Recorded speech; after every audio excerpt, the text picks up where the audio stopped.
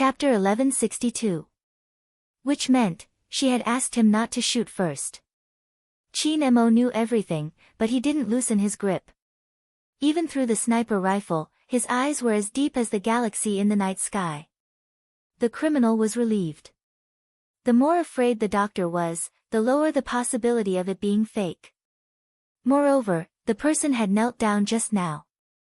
It was obvious that he was scared silly. Get up. The criminal reached out and pulled Bojio into the school bus. It was the most dangerous place in the bus. This meant that there would be 3 guns pointed at Bojio's head.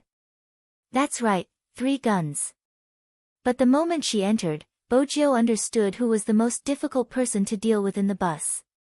Even though he was injured, he still had a gun in his hand.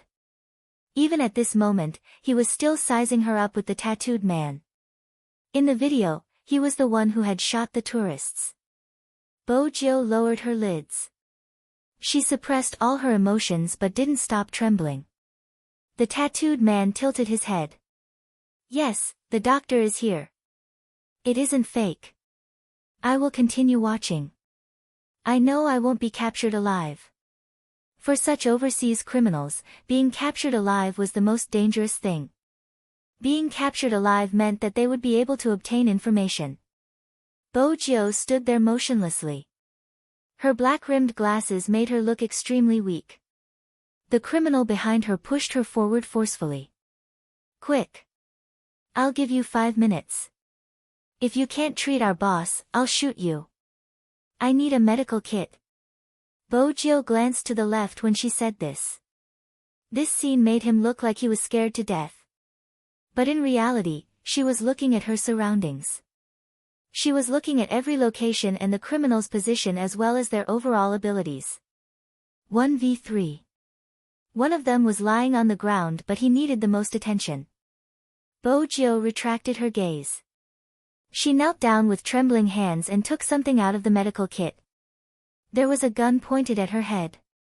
It was obvious that the criminal had relaxed a lot by now, but he was still very nervous. It was fine as long as he was nervous.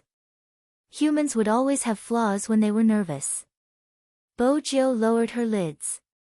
She took out the hemostatic forceps. Her lips were hidden in a place that others couldn't see.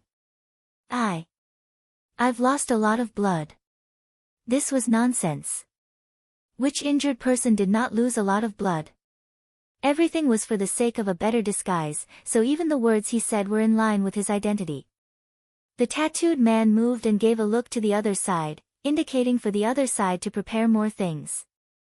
The criminals also received the signal, but they didn't leave. The 3 of them were watching the doctor. They couldn't allow anything to go wrong. If Bojio did anything that didn't match her status, she would be shot in the head. At this time, all the children were really scared silly. Looking at this scene, their little hands grabbed the safety belts, for fear that there would be another scene of a gunshot. Bojio wore medical gloves and took out the last tool from the medical box, an injection needle. The tattooed man frowned. Check. Yes. Both of them were drug dealers. The criminal took the injection needle and didn't find any problems. More importantly, Bojio stuttered, this medicine has stabilizing properties. When treating serious injuries, there would always be anesthetics and stabilizers. This sentence caused the tattooed man's eyes to flicker. Chapter 1163. It was at that moment. Prince, who was standing under the tree, suddenly realized that there was a completely different aura coming from the tree. Like a ferocious tiger coming out of its cage, the man suddenly adjusted the muzzle of his gun, turning it 45 degrees. He was quick and ruthless. Just when Prince didn't know what was going on, a voice rang out. The person in the school bus suddenly raised the syringe in his hand. Just as everyone was looking at the young man with worry in their hearts, his movements were so fast that it was almost a blur to the eyes. The tattooed man, who was lying on the ground, was shocked. He didn't even have time to move. The hand that was holding the gun had its tendons severed. Everything happened too quickly. It was so fast that the 2 men next to him had just raised their guns. A loud bang was heard. No one knew where the gunshot had come from. But that was the sound. It was the thug who had pointed the gun at Bojio's head. The blood was like a blood mist, spreading in the air. The tattooed man screamed out loud. Another gangster standing next to him had already reached out to grab a child. Sniping, no angle. But at this moment, the young man moved his long legs, and using the momentum, he leaped forward and kicked the criminal's wrist. Then, the force from the rotation of her body turned the young man's white coat into a weapon in her hand. There was a swishing sound. The white coat fell and covered the criminal's head. The moment he felt the pain and darkness, a second gunshot rang out, breaking through the car window. First, the glass shattered, followed by a headshot. Who was it? Who was that sniper? The same question appeared in everyone's mind. The tattooed man looked at the doctor, who had stopped. He was in so much pain that he broke out in a cold sweat, but his eyes narrowed a little fiercely. Who are you? This was not a doctor at all.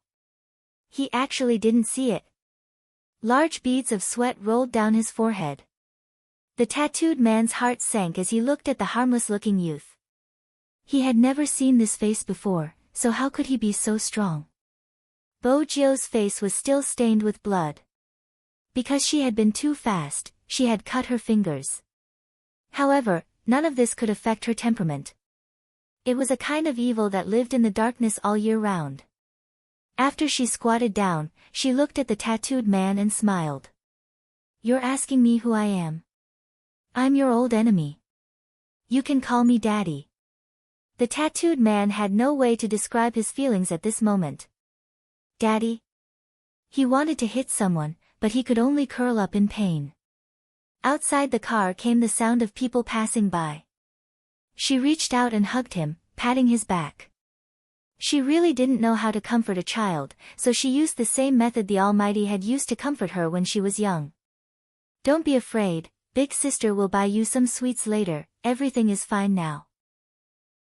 Your mother is outside, I'll open the car door now.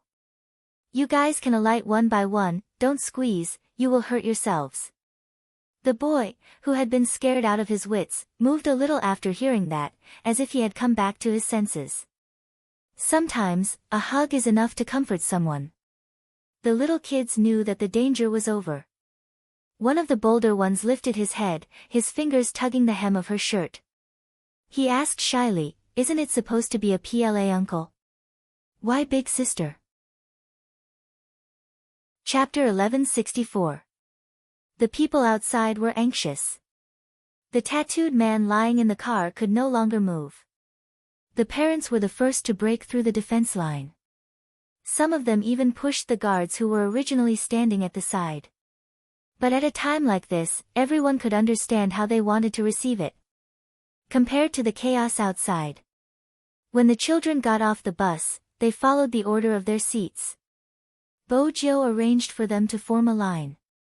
She stood in front of the tattooed man and crippled his other hand. This way, she would be more at ease. The children were also covered in blood. Their faces were still filled with fear from what had just happened. One of the children's legs turned to jelly when he took a single step. Bojio reached out to prevent her from falling. She said carefully, walk slowly, there's no rush. The little bean nodded. He was still afraid. However, all of them were very obedient. He sniffled and continued to walk forward. When he walked out of the school bus, his mother hugged him in her arms and he burst into tears. The situation was finally under control. The person in charge heaved a sigh of relief. However, there was another person who heaved a sigh of relief. It was the crown prince. When the devil sat on the tree, his aura was too strong and he only fired 2 shots. 2 shots, no more and no less. Every time the gun was pulled, it brushed past his ear. Prince was the one who saw everything clearly. When that person jumped down from the tree, there was only one thought in his mind. He was a sharpshooter. How could a headshot be made from such a tricky position? No, it was too It was mainly because he was fast. Not only was he fast, but it seemed like he had already analyzed the opponent's movements when he raised his gun. His mentality, speed, and combat experience were all factors. The Crown Prince's thoughts were a little chaotic, but this did not affect him from rushing out to enjoy the joy. He was really happy. As long as he saw the group of little beans jumping around with their friends, he would always feel relieved in his heart. Everyone in the operation team put away their guns, as if they had never appeared. Prince and Wolf were in the same area as Chin Mo. The demon's pocket was bulging as he walked towards the school bus with a spear in one hand. After the smoke subsided, there was a vast expanse of white on the battlefield. The man's back was straight, and he wore a combat uniform with a black band around his wrist. When he passed through the crowd, time seemed to stop. People are looking back.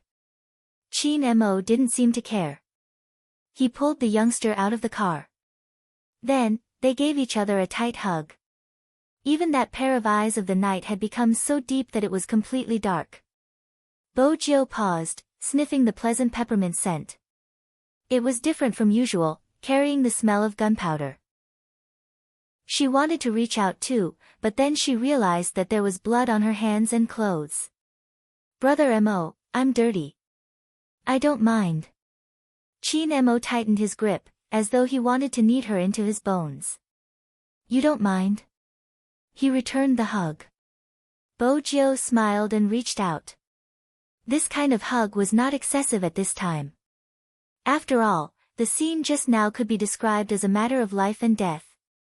It was just that the few people who were familiar with their boss were in a state of shock. They couldn't believe that the great demon would do something like that. Previously, when they were carrying out missions, the boss would also revive them when they survived a disaster. But hugs. Chapter 1165. If it hadn't been for his superb marksmanship, they would have suspected that he was a fake boss. The little kids stood at the side, their eyes wide as they watched the scene. His parents wiped their tears. Hurry, thank the two uncles from the People's Liberation Army. The little kids remained silent. One of them tugged his mother's sleeves, leaning towards her ear. One of them is an elder sister. You can't differentiate between genders, don't call anyone good-looking your elder sister. With a smile, he ended the topic. But the unforgettable topic was the hug in front of them. Of course, that was an internal matter of the operation team. The person in charge walked over, getting his men to detain the tattooed man. He couldn't walk anymore, but he was still breathing. This proved that the mission had been a success, they had captured him alive. The tattooed man was carried down. When he saw the people wearing black scarves, his first reaction was that they weren't ordinary policemen, they were definitely from the military. But he couldn't tell which military unit they were from since they were all wearing black scarves. Among the onlookers, there was a journalist who wanted to record this scene. But Chin Mo was the first to notice. He glanced at Magician on the left. Magician took a step forward, blocking the camera. I'm sorry, I can't take photos, please hand over the film. Why? Mister, your heroic deeds should be reported and let everyone know.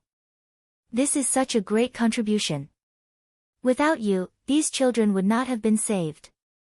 The reporter adjusted the angle, trying to capture the image of Chin Mo and Bo Jiu.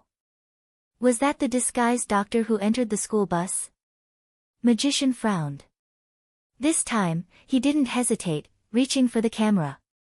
He opened it swiftly and took out the memory card, breaking it into two. Hey! What's wrong with you? Don't think you're so great just because you're an armed policeman, why did you touch my camera? Magician ignored him, returning to Chin Mo's side. Boss, it's settled. Retreat, Chin Mo said. The person in charge basically understood the situation. The worker was still shouting, unreasonable. I want more people to know how heroic they are. I admire them. Why are these people so arrogant? It's fine if they don't understand, but they even broke my things. In fact, as long as the worker wasn't so selfish, he should understand that not allowing him to film was good for himself. They forced their admiration onto others, but they didn't know that their own actions could very well expose such a mysterious operation team, which would be even more dangerous. A world-class mercenary organization was not weak. Not only would they be able to obtain information from your appearance, but they would also be able to target you based on your clothing, body shape, and combat habits. The person in charge gestured to the guard. The meaning of the gesture was very simple. It was to take that person away. The more he explained, the more information he would reveal. He might as well not say anything. Even he initially thought that the people sent to them this time were armed policemen. But when the person in charge saw one of them pretending to be a doctor and his every move, as well as the two perfect sniping sounds just now that were impossible for an ordinary person to achieve, the person in charge was shocked. He knew that they were not armed police. Special forces appeared in his mind, but he wasn't sure which unit they were from or what their numbers were. These people stood tall and silent. Even their guns were full of strength. When they were silent, one wouldn't even be able to sense their presence. Such special forces. The person in charge's expression changed, but he didn't say anything. The tattooed man wasn't willing to admit defeat. When his eyes swept past Chin Mo, it seemed as though they were filled with venom. You are dead. He spoke in Burmese, as though he was spitting venomous words. Chin Mo didn't even look at him. Blood trickled down the tattooed man's lips. His wrist hung limply, his gaze landing on Bojio's face. Especially you, doctor. At this moment, Chin Mo moved. He blocked the man, his thin lips moving slightly. You won't have the chance because you will die in China's prison. The tattooed man's eyes widened in disbelief when he heard that voice. That voice, that voice. That demonic presence. The tattooed man would never forget the time when someone had sniped the 10 of them like a ghost. Until the very end, they hadn't been able to locate him. If it hadn't been for reinforcements, he would have lost his life. The memory was too deep. Hence, he couldn't forget that voice. It was the person who had destroyed them when they were at their peak, when they had the most believers. How was that possible? Hadn't he been hypnotized?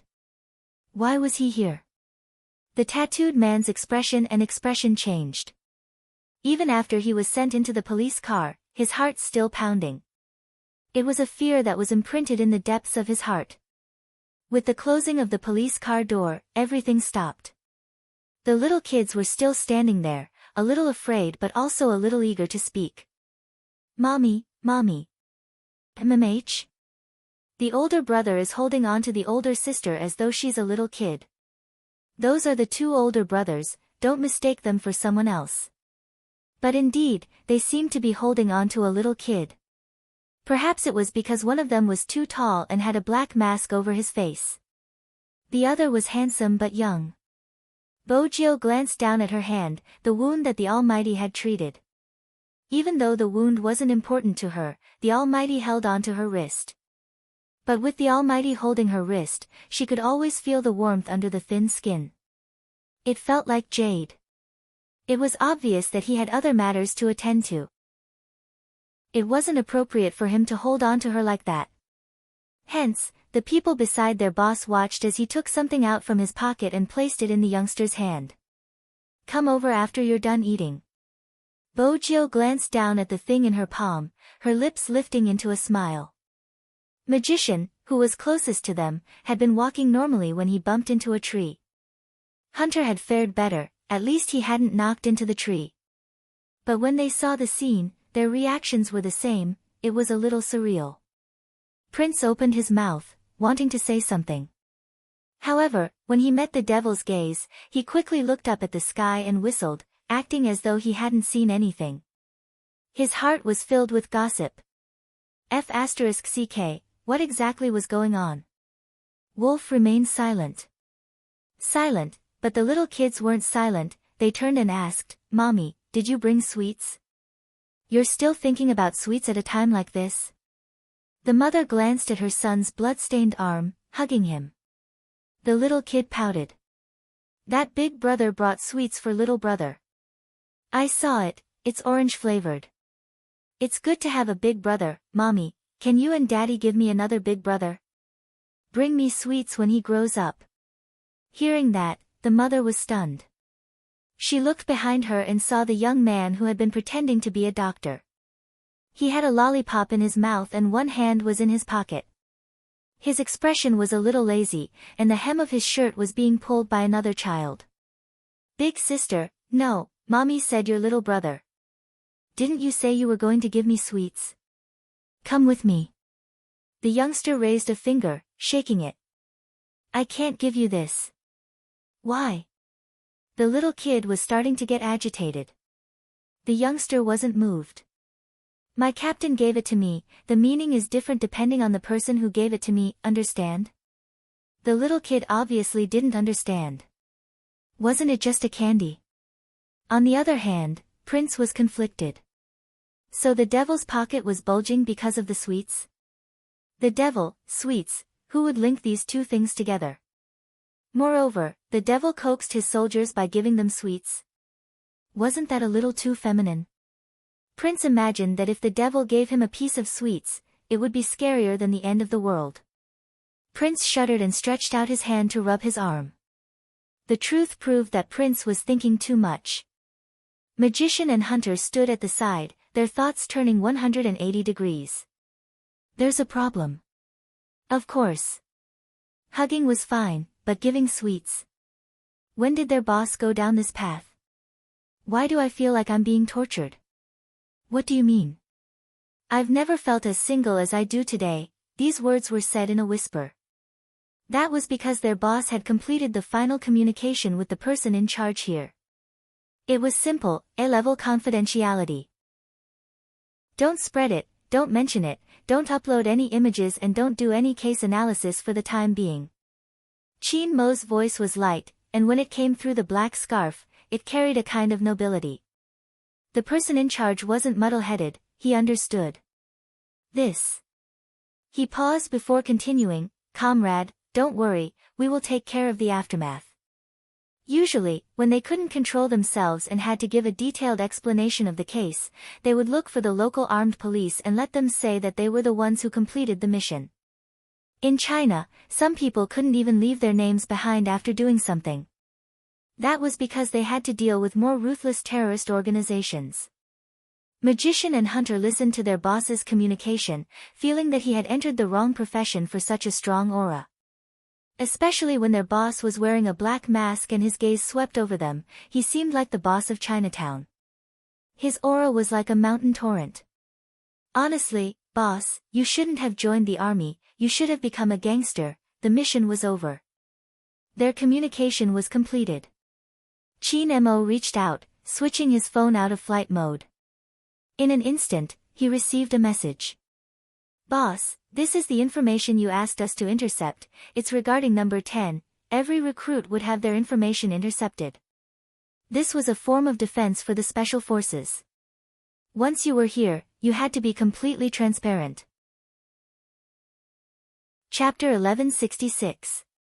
Regardless of whether it was the messages she sent or her usual previews, they all appeared on Qin Mo's phone. Every single message was related to the Asian Cup. There was even a request from a certain someone.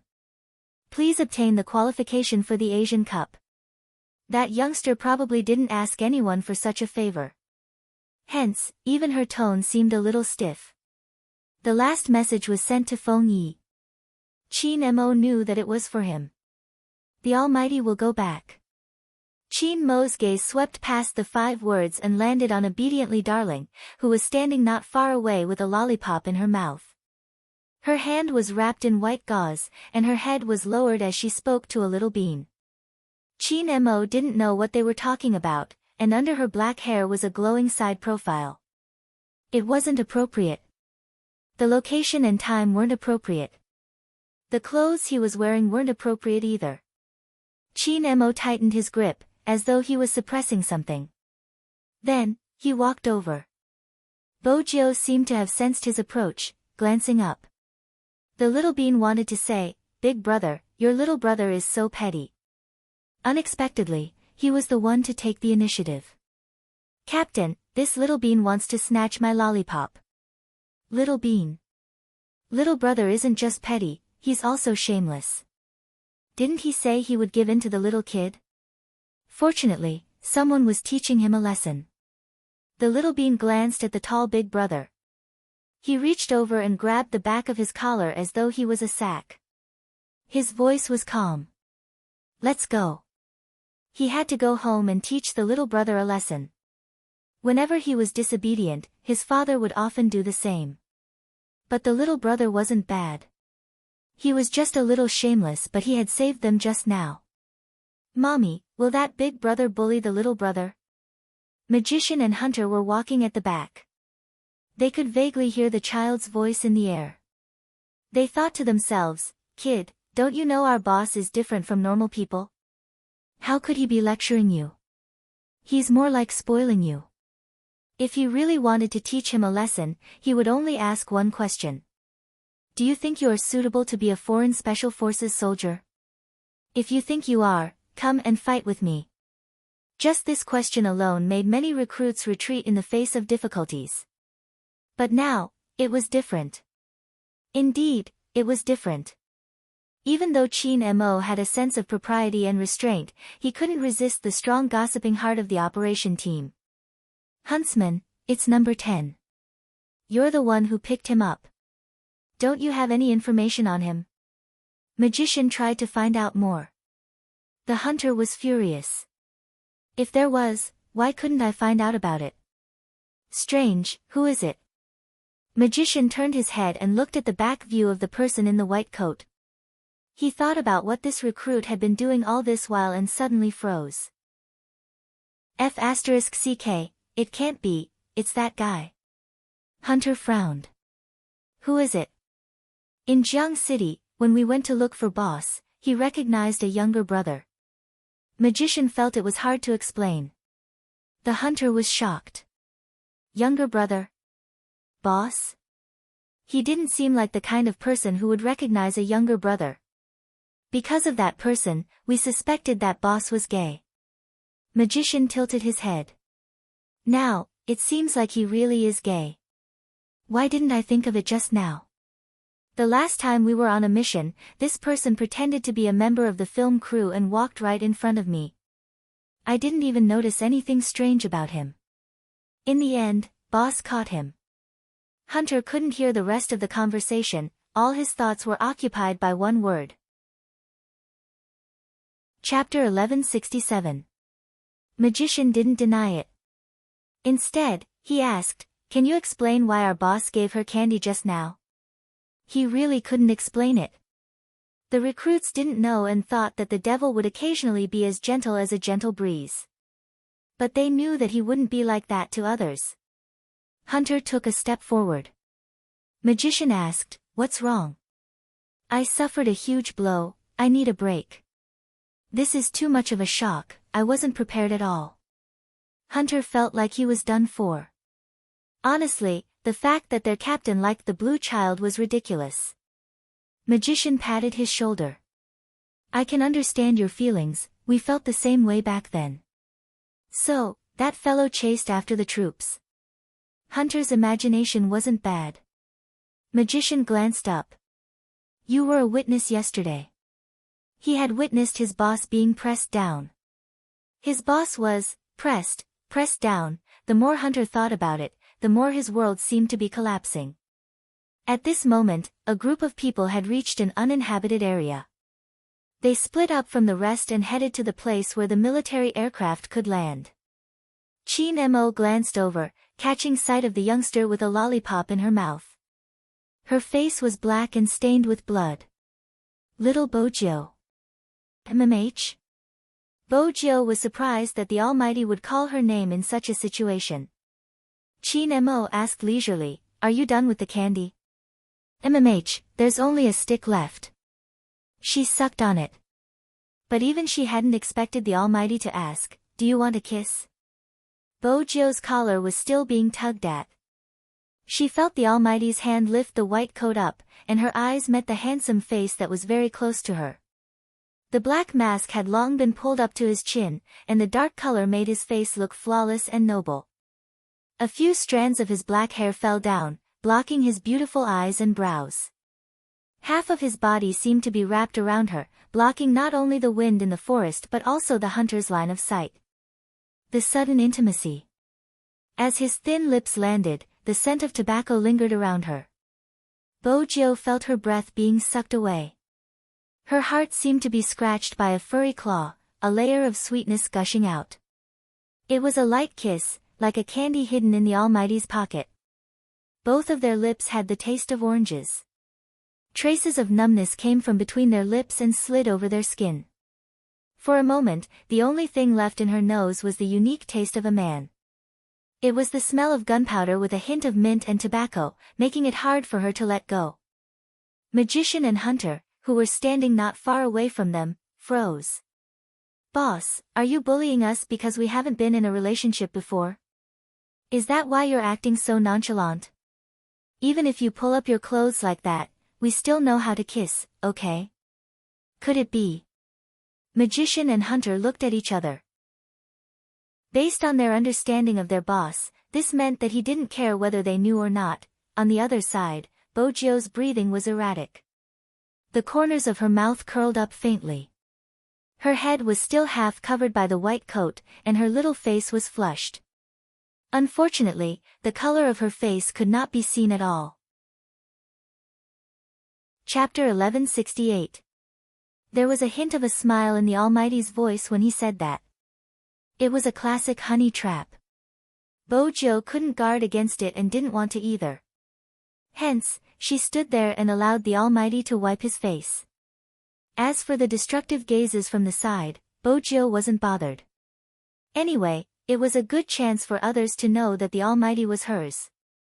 When Hunter and Magician returned to the military unit, they felt as though they were floating. In the past, they had been gossiping about their relationship as a joke. Now that they were in a relationship, how could they gossip? It was against the rules in the military unit. Boss. Why exactly did he do that? Not to mention the ambiguous kiss just now, the candy incident had spread throughout the entire army in less than a morning. Everyone was trying to guess their relationship and naturally, the old general heard about it. "What did you say? That youngster gave candy. Was he lying to me? Or was he joking?" The old general took a sip of tea. The adjutant stepped forward. "Reporting, it's completely true, sir." The old general wanted to say something else. The person in question was already standing at the door. He was dressed in his military uniform, standing against the light. His aura made the adjutant, who had been in this position for many years, feel a little fearful. No, he couldn't be fearful. After all, he was still his junior. The old general's reaction would be swift. His gossipy face had turned into a bright smile, like a wise man with many layers of knowledge. "You're here." The mission was a success. Chin Mo walked in and gave a standard salute, his tone lazy. "I'm sure you've heard." The old general took a sip of tea. "Heard? What did you hear?" "It has nothing to do with me." Chin Mo didn't beat around the bush, going straight to the point. The old general pretended to be confused, turning towards his adjutant. "This youngster is speaking in riddles again, what does he want?" "Reporting, I'm not sure." The adjutant was an honest man, his face turning red the moment he lied. "Since the chief is so concerned about recruit number 10, you should be aware of his recent movements. For example, the rumors about him suppressing me should have reached you a long time ago. Adjutant Lee is a messenger, so it's not hard for him to find out such information. Since the chief insists that he hasn't heard of it, as the person involved, I can explain it to him. I have a special relationship with recruit number 10, so it's not suitable for us to go on a mission together. She won't be part of the operation team for this overseas mission." Lee Mo nodded. The old general's expression turned serious for the first time. He reached out and pinched his glabella. "Chin Mo, you aren't an emotional person." Chin Mo's expression turned serious. "Chin Mo, you aren't an emotional person. When someone points a gun at her head, I can't stay calm." If I don't stay calm, I won't be able to complete the mission. The old general looked at him and said, but today, you did very well. It's different outside the country. Even at this moment, Qin Mo's thoughts were clear. We won't have any reinforcements there, we won't be able to disguise ourselves, and we won't even have a path of retreat. The old general had his own insistence. Number 10 is a rare technical soldier.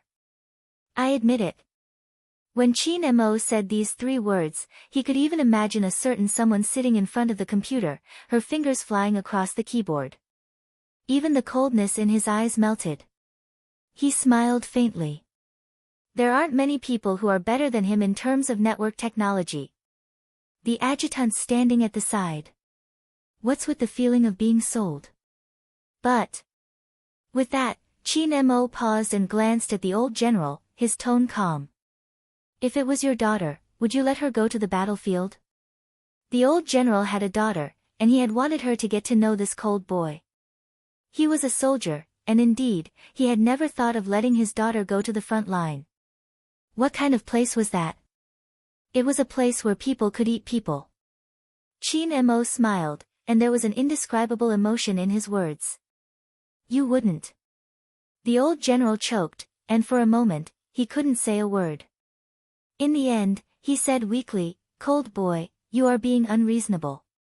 That isn't your daughter. That isn't my daughter." Qin Mo stood up, stuffing one hand into his pocket. He looked lazy, but in fact, there was a glint in the corner of his eyes. He spoke in a casual tone, but the words that came out of his mouth shocked the other 2. That's my life. Just 5 short words. The old general couldn't say another word. Qin Mo stood with his back to the light, and his voice came again. For the mission the day after tomorrow, think of a way to make her stay. This kind of conversation would not be heard by a 4th person other than the 3 of them.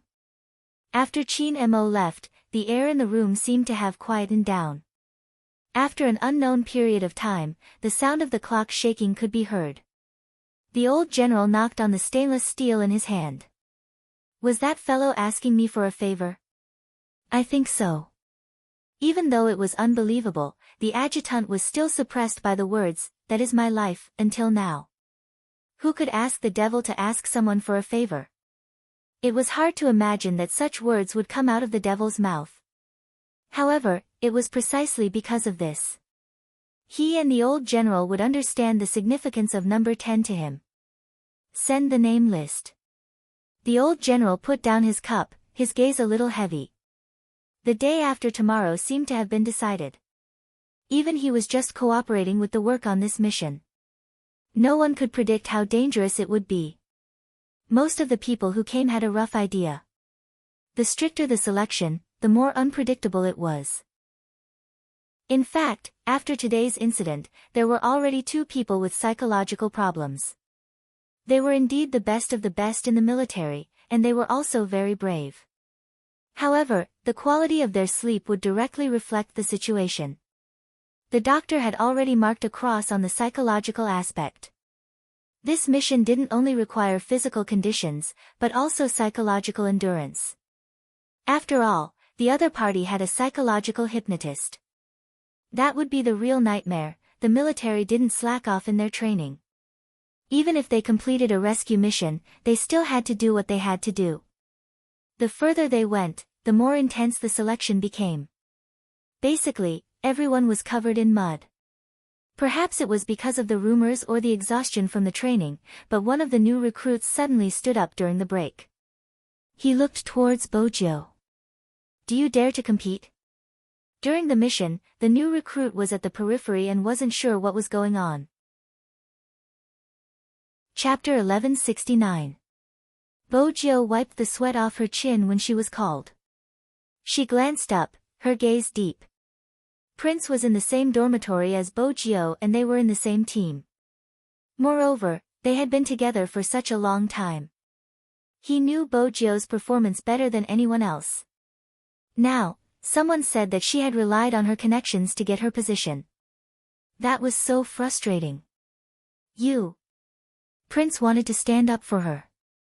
After all, He came from the military and had a fiery temper. He hadn't expected someone to interrupt him. What do you want to compete in? It was Bojo. She stood up with one hand stuffed into her pocket and the other hand behind her back, wiping the last drop of sweat off her chin. Her tone was calm. No one in the military would be too harsh. Someone had suggested this challenge because he was responsible for the mission. He knew how hard it was to become a technical soldier, but he had to be someone worthy of their protection. You pick. That was the recruit's reply. Bojo glanced up. I'm fine with anything. Then let's not compete in a single match. After today's training, we'll meet in the jungle. According to the international jungle rules, regardless of the method, the one who explodes first wins. It was rare for a recruit to have such a challenge. That recruit also knew that according to the previous rumors, it was their technical soldiers who had destroyed the opposing team. But the others didn't know that there was a sniper among them. If there hadn't been an outstanding sniper, number 10 wouldn't have been able to infiltrate the enemy camp. They were the last to be sacrificed. From the start to the end, they hadn't seen number 10. The reason why they chose the jungle challenge was to tell the recruit that if the technical soldier was too weak during an overseas mission, he would be a burden to the entire operation team. Bojo understood what he meant. She drank a mouthful of water and replied, okay. Prince opened his mouth. He wanted to tell Bojo that this was the recruit with the highest qualities in Team 2. His sniping and concealment skills were top-notch. She should consider before agreeing. But on second thought, if he was in her shoes, he would have accepted the challenge too. But, brother, tell me the truth. What exactly is your relationship with the devil? Was it really as the rumors said? The military didn't allow such special feelings. Two men. Even if they weren't in the military, it wasn't possible. If this was true, even the great devil would have to be demoted in rank. Even though she hadn't been in the military, she knew the logic behind it. She smiled. What do you think our relationship is? This question made Prince choke. What should he say? F***ck. Just as Prince's face turned green, Bojo opened her mouth again, her tone leisurely. Family. Family members? Prince's eyes widened. What do you mean? Holy sh**t, he was even stuttering.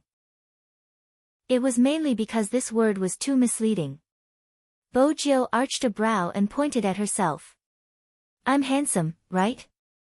Captain is handsome too. It's easy to tell. Prince. Are you praising yourself or answering my question? Don't tell me you're brothers. Prince chuckled. Bojo turned, nonchalant. Congratulations, you got it right. But we aren't blood-related, we're cousins. Cousins? Prince felt that something was amiss.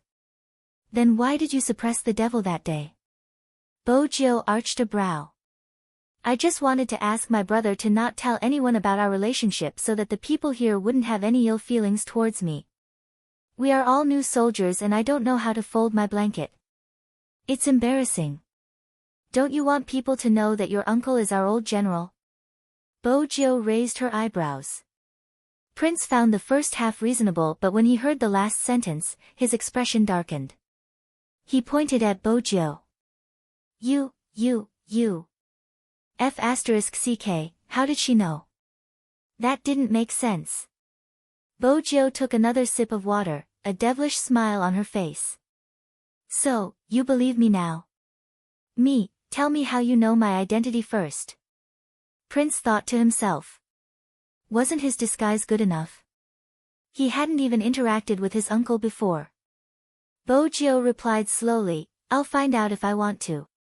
Youngster, you're still too naive. It's something that can be settled with a computer, how can it be so troublesome? Prince was stunned. He held on to Lin Fan's hand. Brother, please don't tell anyone about this. I really want to join the army. Sure. Bojo placed the water down. Tell me your conditions. Prince glared. Another F** king condition. Why did he join the military instead of being a robber? Tell me, what are your conditions? Prince was behaving like a little wife. Bojo pointed at her phone. I was warned by my captain that if I use my phone again, he'll kick me out of the military. Think of a way to get me a phone. We can't contact anyone in the military. Prince had his principles. Oh, Bojo replied. Then I'll go talk to my roommates about your family background. F***ck. Prince reached out and pulled her back. Promise me that you won't include any pictures in your messages and the topic can't be related to the military. Also, you can't describe the situation here. Bojo looked at him. Do you think I'm committing treason? Of course I wouldn't do such a thing. I'm just sending a message to my teammates. Teammates? Prince was dumbfounded. Do you miss your army unit? Bojo glanced up at the sky. She felt that she had to hide her identity since there was a video online of her admitting to being a girl. Even though the military wouldn't be able to see it since it was a sealed-off place, it was better to keep a low profile. I miss it. Bojo's words were true. Sometimes, whenever she saw the computer and touched the keyboard, she would be reminded of that period of time. She would sit in the club with those people and beat them up. Sometimes, she would flash into the blood pool to kill them. After killing them, they would leave with a chicken wing in their mouths and oil on their hands. At that time, Yao Yao would be sitting beside her, watching Coco and Feng Shang fight for the MVP. Bojo's gaze softened when she thought about it. Those eyes used to be dark and cold, but now they seemed to be reflecting something in them. Prince looked at the youngster and was reminded of his time in the military. At that time, he had been a cold and aloof military prince who was invincible in close combat. Why did he seem to have changed after coming to this military unit? This military unit was poisonous. Alright, I'll get one. Don't tell anyone about this. Prince left with his conditions. He was still thinking about how formidable his cousin was. The devil was already inhuman and now, there was another cunning one. He wouldn't be afraid of any tricks when he carried out missions in the future. In terms of tricks, they weren't weak either. After Prince got his phone, they found a place that wouldn't be easily discovered. It was a strange place. In the forest near the training ground. Hurry up. That was Prince's original words. Bojo glanced at him. Don't use such misleading words. If someone passes by, they might think that I did something to you. Prince moved 3 meters away from the youngster. How could he forget about her reputation? Indeed, he had to maintain a distance. It wouldn't be good if others thought that he was gay. His uncle would definitely break his legs. Bojo tried to switch on the phone. It wasn't her own phone and she wasn't used to it. But it was still possible to investigate something or make a phone call to someone. F***ck, why did you download Lil P's live stream? What exactly are you doing? Bojo avoided his hand. Why are you so nervous? I'm just entertaining myself. Hurry up and take a walk. After the call, I still have to fight in the forest. I have to stand at a place where I can hear you. Prince was adamant about this. He wouldn't allow anything to go wrong with the phone he brought over. Bojo opened the live stream and entered a room. There were already many people inside. Fortunately, it hadn't started yet. Which meant that she was on time. She wanted a phone because Yao Yao's competition was today, a solo live stream. That's right, a solo live stream. A solo match that would determine whether Supreme Alliance could qualify for the Asian Cup. Before this, Shui Yao Yao didn't even think that she would be in a competition like this. Shui Yao Yao was a newbie. Her opponent was one too. Even though they had the same starting point, their platform was different. YS was a famous team in Asia. Even their newbie was the center of attention. The number of fans on their official Weibo had already exceeded 6 digits. In comparison, the number of viewers on Shui Yao Yao's side was almost negligible. Such a solo match wouldn't go unnoticed. China and Country H each sent a commentator to explain the match online. But even so, all the procedures followed the international rules. This meant that it wasn't an ordinary solo match. Even though they were separated by the internet, they could still feel the tension in the room. Nervous? The netizen laughed. Our CK was still live streaming yesterday. He didn't seem nervous at all. The opponent should be nervous, ha ha ha. I heard it's a girl. A girl's ability is limited when it comes to gaming. Don't cry when you get killed. You don't understand. China likes to do such things. Even esports relies on one's face. Who knows how she got there? Get CK to be gentler when he attacks. That's how we show our might. He doesn't have to be gentle to win. You guys don't know how the Chinese chased after CK. It seems like the fans know who to support. Isn't it always the style of the Chinese? Ha ha ha, I'm going there to earn some money. There would always be comments during the live stream. Perhaps some people would find it strange. However, there were indeed some girls spamming the names of their idols crazily. They had completely forgotten that this was a battle between China and Country H. While they were cheering for CK, they didn't forget to say, even if they compete, they will only embarrass China. They won't be able to beat CK, I really don't understand why she's so strong. Her skills are terrible. Does she want to be famous? I don't know. Anyway, I'm here to see my CK. I feel that he has become cuter. It was in such a situation that it was possible. Shui Yao Yao sat in front of the computer, checking the mouse and keyboard one last time. Someone else said, Supreme Alliance is past its prime. That Spade Z dragged a bunch of people down and now he's leaving. If you ask me, Supreme Alliance deserves it. They didn't give us an explanation and just fired him. Since he's still in the team, let's see if we can still support him. Supreme Alliance has reached its limit. Otherwise, why would they let Shui Yao Yao compete? There's nothing special about her at all. Anyone who watched the live stream could basically see these comments. The club was filled with huge screens. It was more realistic. Lin Feng clenched his fists, coughing continuously. He wanted to rush over but he knew that it was better to be quiet. What are you going to do? Yunhu tilted his head, probably worried that he wouldn't be able to control his temper. There were so many people waiting outside the club, waiting for news from Supreme Alliance. Regardless of what it was, it would be a scandal. Lin Feng turned, his gaze deep. I'm going to smoke. That's right, he could only smoke at this moment. I'm worried that Yao Yao will collapse. He had been scolded before. In esports, if you played well, people would praise you. Wow, what an amazing almighty. If you didn't play well, people would say how old you were and that you should retire as soon as possible.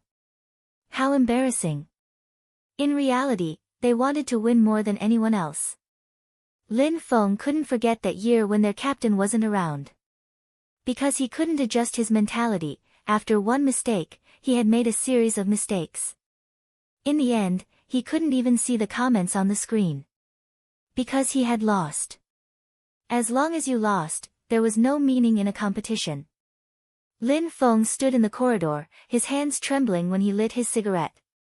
Yunhu walked over, lowered his head, and touched the cigarette he had lit. Then he leaned against the wall like him. Sometimes, you underestimate a girl's tenacity.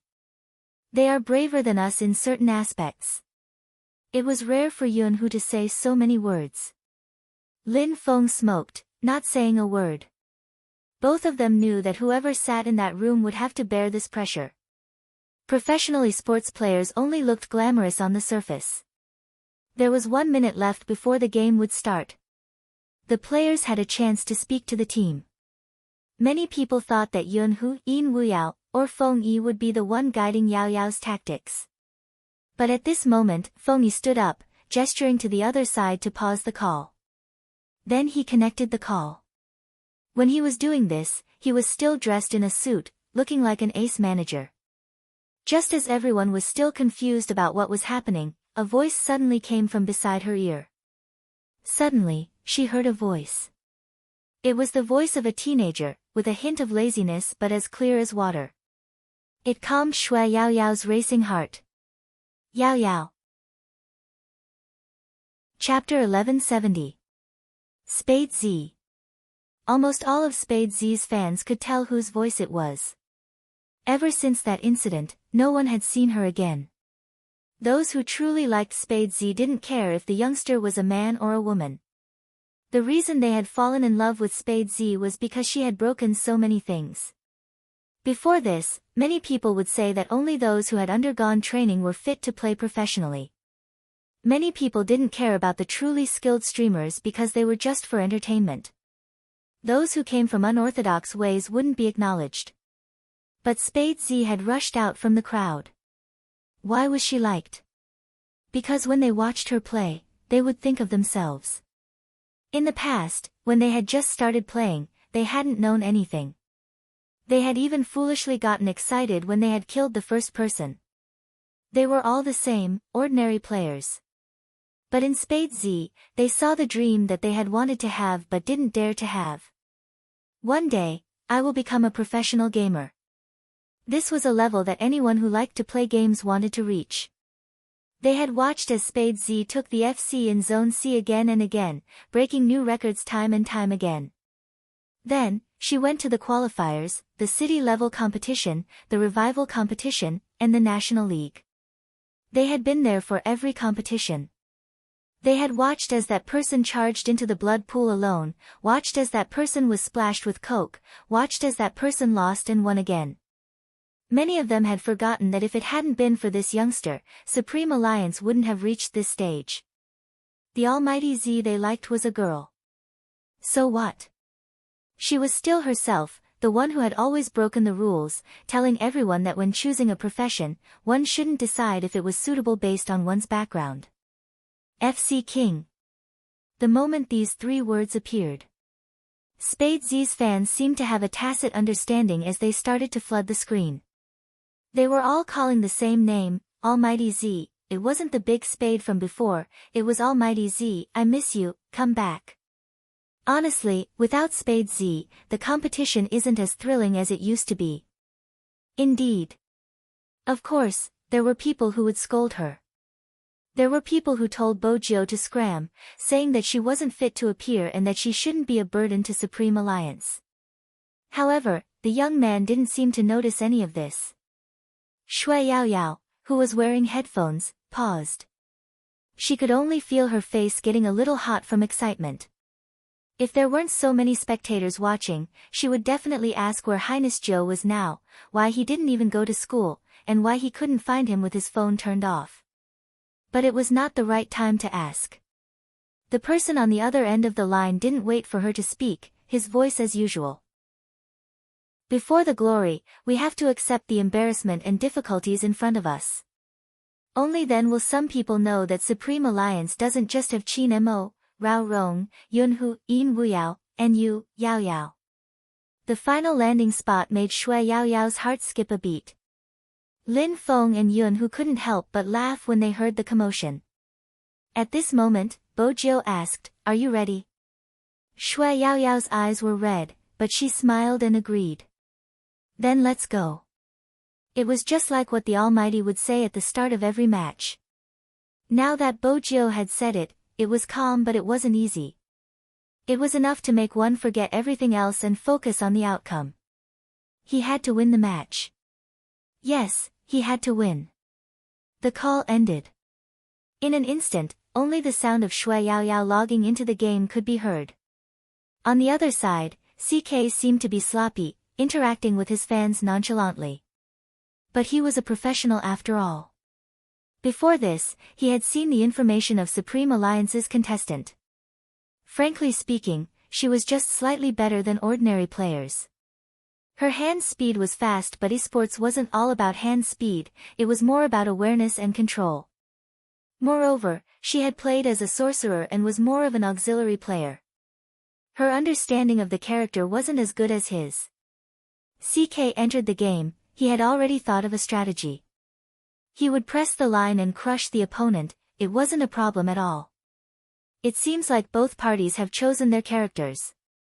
The shoutcasters started to synchronize. When he saw the screen, he revealed a shocked expression. Supreme Alliance's contestant has chosen an auxiliary character, it seems like the competition system has weakened her considerably. She doesn't even understand the character. The other shoutcaster shook his head. It's too dangerous. There was a huge disparity in their skills and now she had chosen a weakened character. Could she still fight? CK lifted the corners of his lips when he saw Shui Yaoyao's character, his eyes filled with mockery. A third-rate player was indeed a third-rate player. 5 minutes. When he typed these words, the others didn't understand what he meant. CK's fans were already spamming the screen crazily. He's so handsome, my idol. Can it end in 5 minutes? Cool. CK won't even need 5 minutes to beat her. It's a one-sided abuse. This competition isn't interesting. This wasn't an official competition, it was just a solo. CK didn't have to worry about the situation. Their captain had reminded him. But everyone knew that in the Asian season, their results were obvious to all.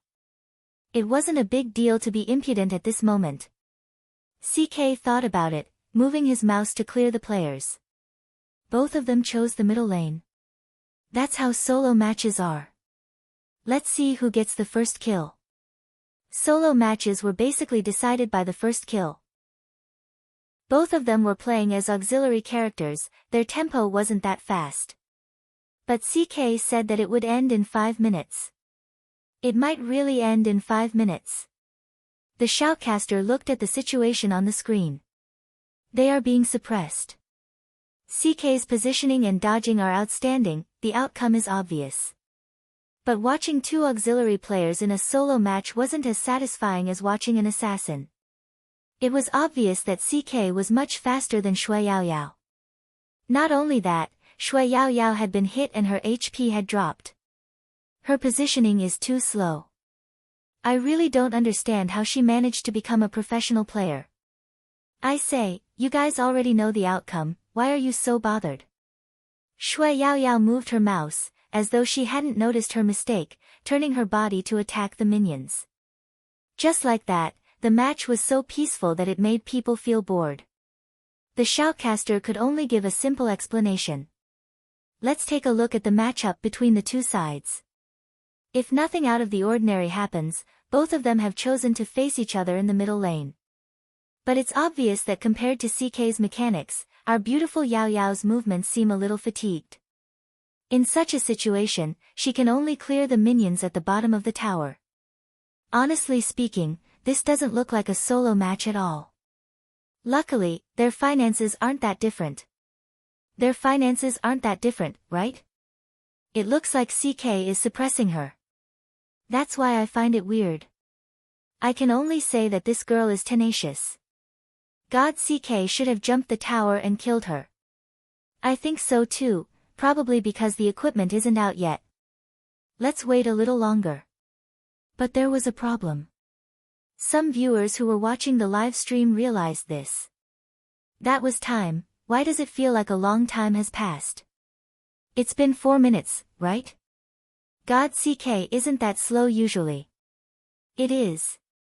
5 minutes later. People started to reevaluate the match. They couldn't bring up the pace.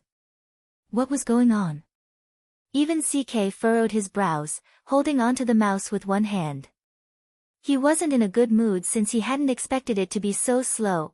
Yao Yao's support character is specially chosen to counter CK's expertise.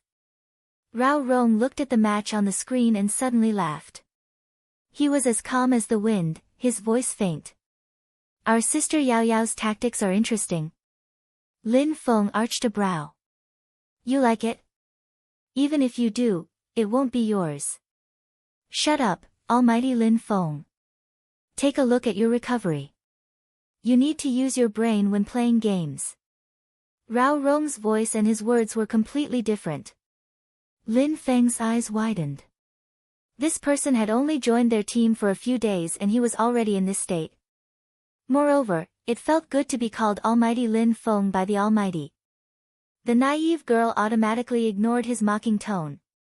And not just use your brain, Feng Sheng spoke up, his face flushed adorably as he stuttered. Feng Sheng spoke up, his face blushing adorably as he stuttered, Yao Yao, in order to practice her support, she spent a lot of time. She had watched so many videos and analyzed so many skills. She had even created a table specifically for each character's skills. And that person? CK, which support was his expertise. He woke up earlier than everyone else and slept later than everyone else. Even Feng Sheng couldn't count how many times he had seen Yao Yao sleeping on the chair in the internet cafe after the National League. She would always have to wait for Uncle Ian to wake her up before she would pat her face and head to the washroom to wash her face before returning to her seat to continue her research. Countless battles and manipulations of skills. The club also had to train, but with the intensity of the training, even he wouldn't be able to endure it. Yao Yao really wanted to win. Regarding the solo match, Feng Sheng lifted his head, looking at the character on the screen.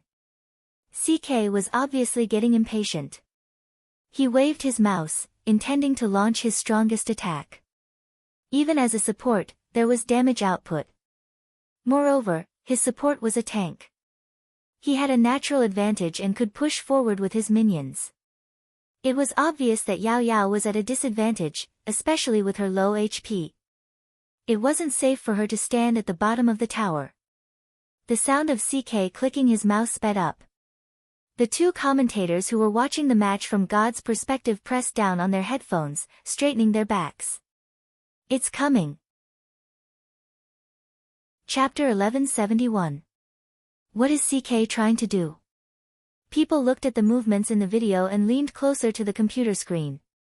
The expressions on their faces showed how excited they were. CK, it can't be. Tower kill. Even Feng Sheng couldn't sit still, standing up abruptly. CK's character had already entered the tower. Using the advantage of the minions, he dealt damage to Shui Yao Yao and slowed her down with a skill. He won. This was the prediction of the netizens. Almost all of CK's fans were there. But in the next second, flash. The shoutcaster's voice came from the earpiece. Shui Yao Yao's movement is very clever. But it didn't seem to be of any use. CK had already walked to the middle of the two towers, meaning that he was going to kill her. CK didn't want to drag it any longer. 5 minutes had passed and he couldn't even defeat a girl. It would be a humiliation to him if word got out. Moreover, this girl was just an online gamer. How could an ordinary gamer compare to him? Yao Yao, run! The instant the bullet screen popped up, Shui Yao Yao turned around. Shui Yao Yao turned around and used her ultimate move. That's right, big move. Marked damage and had a speed reduction function. This was the highlight of Shui Yao Yao's support skill. At the start of the match, the shoutcaster was right. This character had been weakened in this season. But it wasn't that she couldn't fight. CK was a support, so he wasn't afraid of slow damage. It was just that the speed reduction was troublesome. He frowned, leaning to the left, waiting for the skill to recover. But at this time, the support that he had been chasing for some reason just now accelerated and rushed towards him. Courting death. CK tapped with his finger, wanting to continue his attack. But at this moment, he realized that he was out of mana and only had one skill left. CK. CK hurriedly retreated. But he had used up his flash when he was chasing after the person. At that time, he had thought that he could kill her. But he had only forced her to use her flash.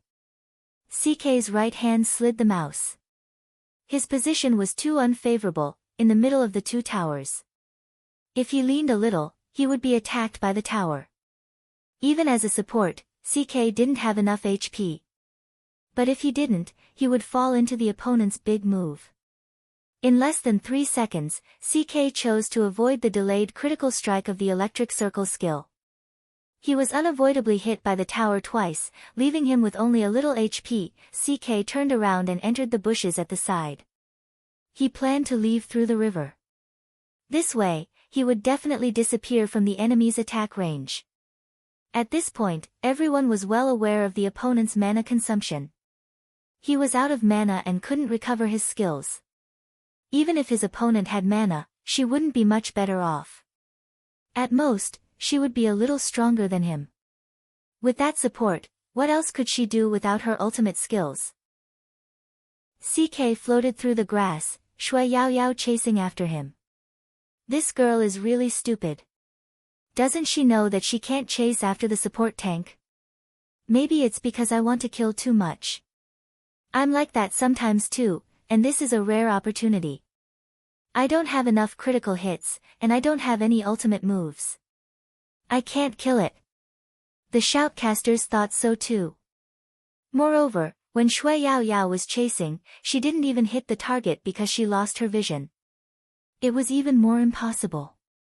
If she continued to chase, she might get into trouble. Chapter 1172. Feng Shang clenched his fists anxiously. Lin Feng lifted the corners of his lips, turning towards Yunhu. Do you think Sister Yao is going to? Before Lin Feng could finish his sentence, Shui Yaoyao sped up, moving behind the wall. She didn't throw the skill towards the bushes, instead, she flattened the tyrant. CK, who had intended to counterattack, was about to make his move when Shui Yaoyao flattened him. The tyrant leaped up, pulling all the aggro onto CK through the wall. With a swipe of its claws, CK was sent flying. Yaoyao was indeed out of mana, but she didn't need any more skills. She just needed a click of the mouse. A crisp sound rang out. KO. First kill. The competition was won. Almost everyone looked at this scene in disbelief. The shoutcaster was speechless. Not to mention CK himself, he was completely dumbfounded. Tyrant, she actually used the tyrant. That move is awesome. Big Spade must have used that move before. It's a familiar scene, let's feel sorry for CK, Almighty Z isn't around but her skills are still there. Even though she's handsome, she's really sinister, too sinister. The pop-up messages lit up the screen in an instant. Someone even sent her a plane. Shui Yaoyao sat there, watching the word victory appear on the screen. Only then did she feel that she had won, her palms sweating as she held onto the mouse. The team members behind her had already rushed over. Lin Feng pressed his hand on her head. Yaoyao, you've become sinister, you're drawing aggro like little blackhead. But it's fine, our team is the most sinister team, ha ha ha. The audience in front of the computer. They had never seen someone insult their own teams so much, their hearts aching for Almighty Yun. Coco's way of expressing his joy was the most direct, reaching out to carry Shui Yaoyao, almost kissing her as though she was his rabbit. Fortunately, Feng Shang grabbed his hand. What are you doing? Yaoyao is a girl. I forgot in excitement, why are you so nervous? Coco paused, realizing that the person in his arms was a little soft. He let go, smiling cutely. Yaoyao, we won. Yes, he had won. He could finally represent Huaxia. This time, they finally persevered to the end. Shui Yaoyao was also very happy, her face red. Was it because she was too young that there was no difference between a man and a woman at this moment? Everyone wanted to give Shui Yaoyao a hug. What exactly was he insisting on? It was probably because he didn't want to let go of any opportunity. Even if there were rumors everywhere, he still wanted to move forward towards what he wanted. Everyone was cheering. On CK's side, his face had turned green. It was obvious that he wasn't satisfied with this match, but a match was a match. In a solo, it was always about the first drop of blood. However, CK was not a petty opponent. He only left a message on the screen, "See you at the Asian Cup." The commentator was still explaining the review of the match when the people on the other side had already gone offline. A portion of the fans had also turned off their computers. even though many people thought that Shui Yaoyao's victory was just a fluke. But that didn't affect Supreme Alliance's celebration. Feng Yi walked over, raising his hand to check the time on his watch. I still have a meeting, think about what to eat tonight, let's have a good celebration. They had obtained the qualification for the Asian Cup, but they weren't sure if that person would be back. And Little Spade, Feng Yi was a secretive person, he wouldn't reveal things easily. Chapter 1173. There was one good thing. Supreme Alliance didn't disperse. That meant there was a chance. Feng Yi pushed the glasses on his face, looking very shrewd at this moment. Shui Yaoyao took the opportunity to walk over. Her first thought was to tell His Highness Jiu about her victory. Call back. Feng Yi paused, then shook his head. I can't. Shui Yaoyao stilled, not saying a word. Feng Yi glanced at her, turning to light a cigarette. After taking 2 puffs, he said, this time, Little Spade contacted me. Yaoyao, it is highly possible that Little Spade won't be coming back for the competition. Even though it might affect your morale, it isn't a bad thing for you to know about it. Prepare for the Asian Cup seriously and don't think too much about it. Shui Yaoyao thought about it. I still have to wait for her to come back. Feng Yi's smoking hand paused and he smiled slowly. All right. It was just a word, it didn't matter if it was expectation. Regardless of when it was. When they turned back to look at the empty seat in the middle, there would always be a feeling of emptiness in their hearts. At that moment, they would always think about what it would be like when the two of them were there. The clicking sound of the mouse was heard in the club for a long time. But there was no longer the youngster who liked to turn over and help you adjust the computer settings. Shui Yaoyao glanced up. She believed that it wasn't just her, everyone was waiting for the two of them, including their boss Feng. After the competition, Shui Yaoyao had to pack up. Since it was a live broadcast, she had to do a small platform Q&A session. There was a car parked outside the club. It was a top-notch car on the list, especially the color, dark purple. The smooth lines made it look expensive. That car often appeared in some reports, and most of the time, it was always related to some female celebrity. Which meant that there wasn't a single person in Jiang City who didn't know this car. The Jiang family. The driver sat in the front, seemingly waiting for someone.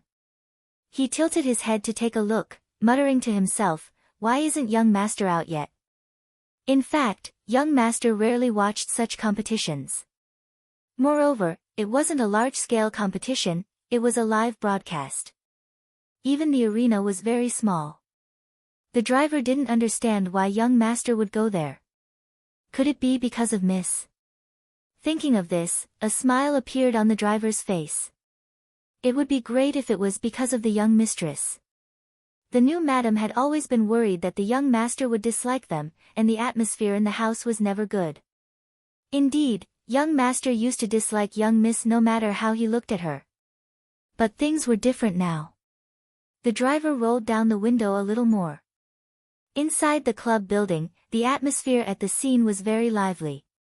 After all, Shui Yaoyao had won the match, so this was considered her home ground. However, there was one person sitting there. His entire body seemed to be frozen. There was no expression on his face. His eyes swept over the screen once again. It's playing back. Apart from the match just now, the replay also showed the scene of Shui Yaoyao being hugged and kissed after the match. In the video, the two of them were wearing the same uniform, pure black with the Supreme Alliance logo. They looked at each other and smiled. There was a lot of other content. How many times had she seen Coco beside her? The young master of the Wendy group was said to be an illegitimate child. None of the people Qin Mo had poached seemed simple. But that was not the main point. Chapter 1174. Jiang Zhuo clearly remembered that he had followed his father's instructions to bring her home for the festival. After all, it was the Mid-Autumn Festival. There was no reason not to have a reunion at home. He took time off to sleep and even moved the meeting to the next morning. But she told him that she had something to do that day and was busy. Jiang Zhe didn't mind since he was only completing his mission alone. When he returned home, the atmosphere wasn't right. Perhaps those people thought that he wasn't willing to fetch her. But the festival went on as usual. But there was more food on the table that she liked to eat. Jiang Zhe thought about it and took the food. He wanted to send it to her place. He would occasionally see news about this and knew that she was practicing to qualify for the Asian Cup. But who would have thought that before he drove into her neighborhood, he would see her sitting on a bench by the roadside, looking up at the sky, deep in thought. She looked a little lost. Just as he was about to get out of the car, he saw someone walk past her hand. The two seemed to have made an appointment. The person smiled and iced her with his hand. Then he handed her an ice cream cone. It looked like they were on a date. She sat in the same position, even her face was flushed. He could hear her laughter. "Coco, thank you. If it wasn't for you, I would have spent the festival alone pitifully." When she said this, Coco even reached out to stroke the stray hair beside her ear, saying something like, "As long as you're happy." Then the two of them sat together and went to play with a passing cat. They smiled and knew each other very well. At that moment, Jiang Zhe's grip on the steering wheel tightened bit by bit before gradually releasing it. In the end, he didn't get out of the car or say a word. Instead, he took the opportunity when the red and green traffic lights changed to turn the car in another direction. That day, even he himself didn't know why, but he was very irritated. What did he mean by spending the festival alone pitifully? She was the one who didn't want to go home. The more Jiang Zhe wanted to control himself, the more he recalled the past. That soft fatty would always appear in front of him. He was so irritable that he wanted to argue with his father. And when he was unhappy on the anniversary of his mother's death, she was always there, sitting beside him and listening to him talk about those things. She didn't argue or make a fuss. Every time she saw him, she would be.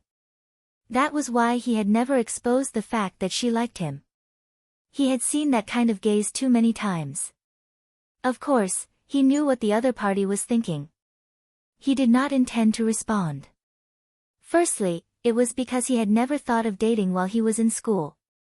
Secondly, all his energy was focused on fighting against his father. He didn't refuse the man's care and the breakfast that was brought over. Jiang Zhe was well aware that everyone had their eyes on his face. But at that time, it was a very ordinary thing. Now that he thought about it, it always made him uncomfortable. At first, it was because her mother walked into their house. Even now, he couldn't tell what was wrong with him. Just by sitting there and looking at the screen, he felt that it was blinding, especially after she was picked up and smiled. In the end, he could no longer sit still. He must be crazy. He didn't even rest and came to watch a live solo. He was probably afraid that Qin Mo's team would lose. But his footsteps seemed to be fixed in place. Chapter 1175. Even though he stood up, many people around him had already shifted their gazes over, including some reporters. Only her attention was on Coco's face. In the past, she had mentioned that she liked younger brothers. Was this the type? Jiang Zhe scoffed, his voice cold. He picked up his phone and walked to the passageway without turning back. But for some reason, he was still frustrated. He didn't want to go home with such emotions, in case there was a group of people guarding against him. To be fair, he had always felt that his father had betrayed his mother. That promise of never marrying into the family was already enough. Jiang Zhe knew that it wasn't appropriate for Mama Xue to take the blame. Over the years, his father had been involved in many affairs outside. But he had never brought them home. Mama Xue was the first. She even married into a prestigious family. Jiang Zhe didn't know how to describe his feelings. Betrayal was his first reaction. As for the rest, this marriage wasn't balanced to begin with. That person had long known that his mother would marry into the family but hadn't said a word to him. Was it because all the fawning she had done in the past so that she could marry into the family and become his younger sister earlier? After all, the Jiang family was rich. That was indeed his initial thought. But after spending so much time together and seeing the atmosphere in the family, he gradually understood that Mama Shui wasn't that kind of person. It wasn't that she didn't take anything, but she wasn't greedy. When his father was drunk, she would cook noodles in the kitchen and never buy anything from his father, probably because she was worried that he would be angry. Once she married into the family, she signed an agreement that her youngest son wouldn't have a share of the assets. Actually, Jiang Zhe didn't care about the assets, it was obvious.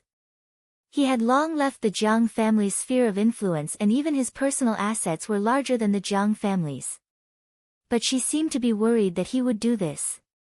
She had even specially told him that her brother was still young and had never thought about this aspect, asking him not to send her brother overseas. This person never seemed to understand the situation.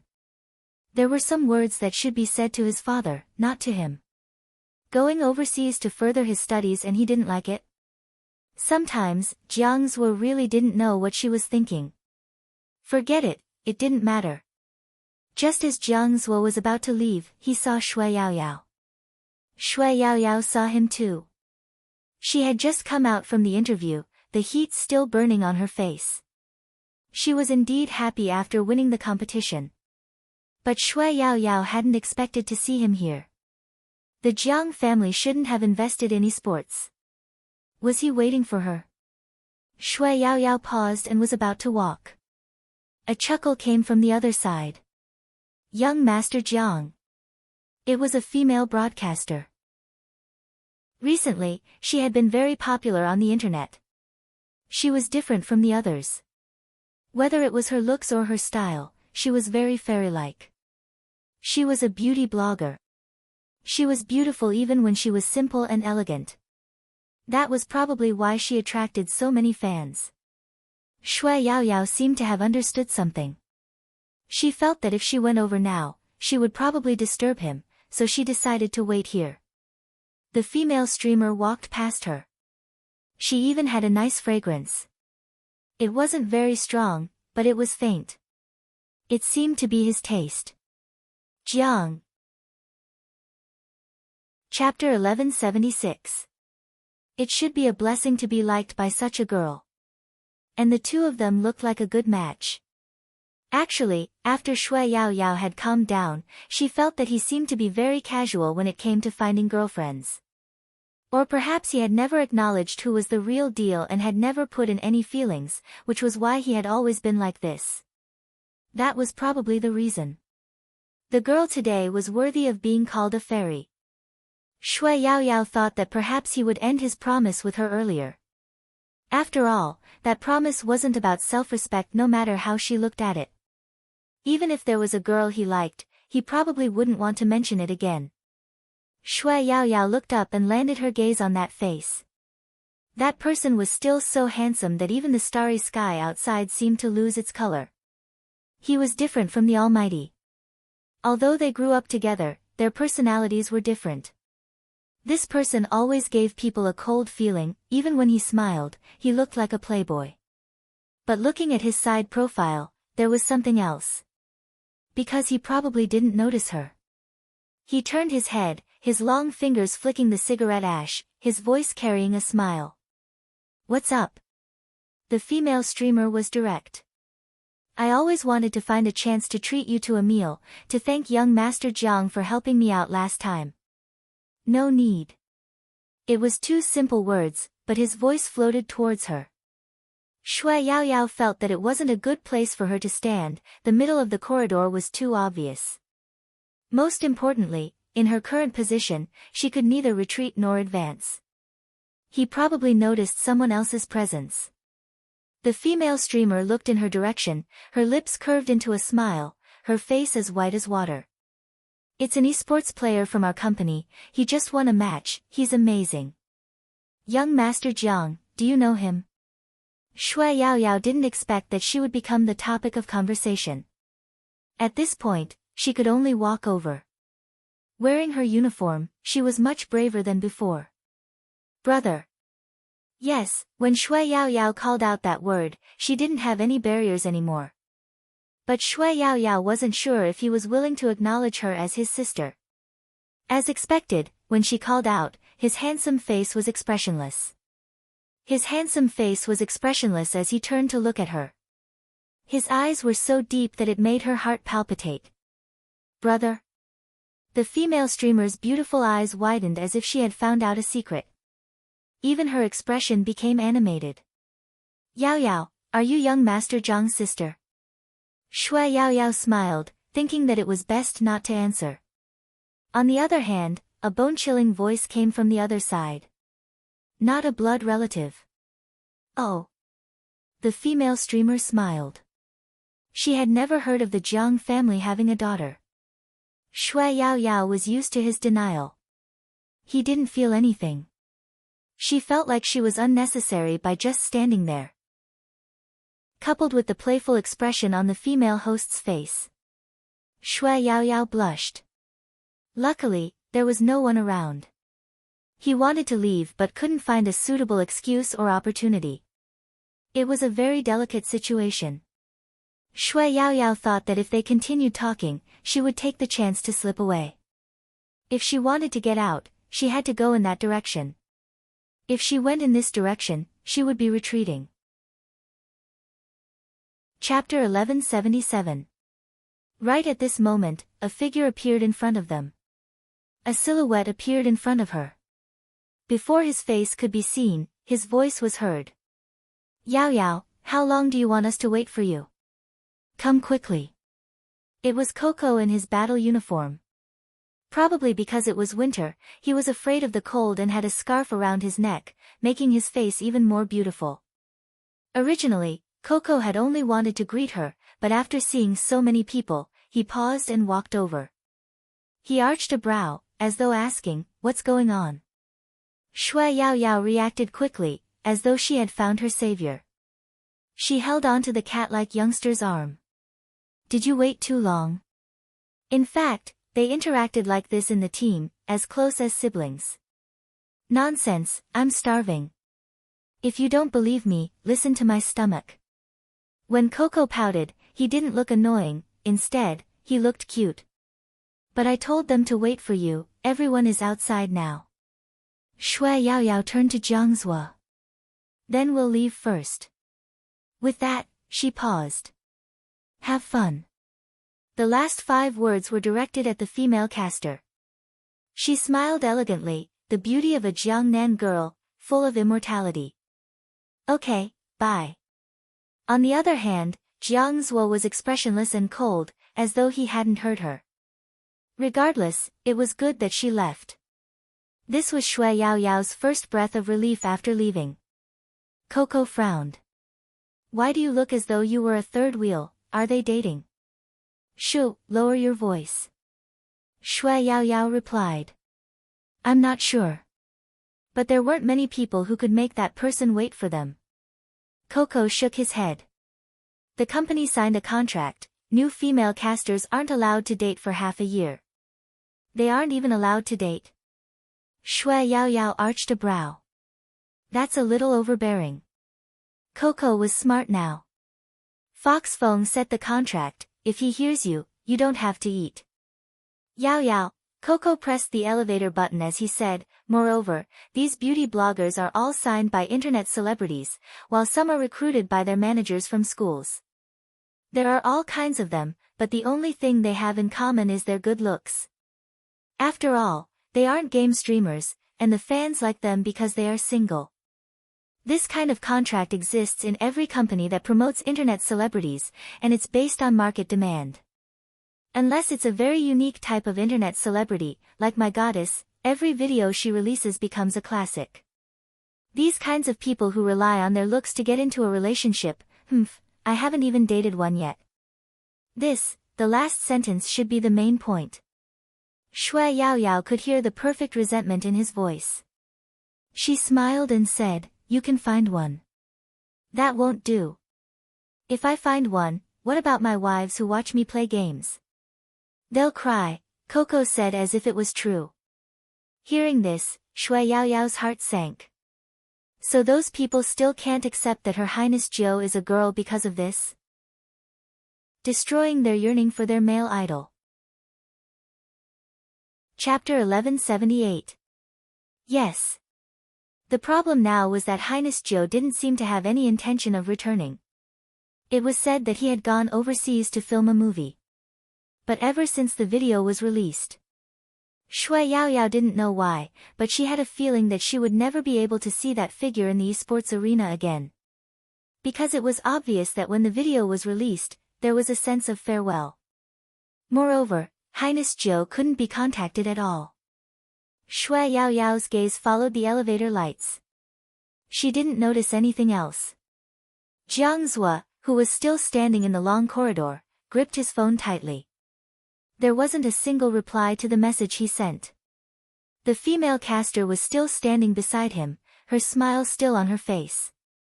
Young Master Jiang, do you want to walk around my workplace? He had helped her previously at the table and seemed to be very interested in their club. This time, she had the chance to be alone.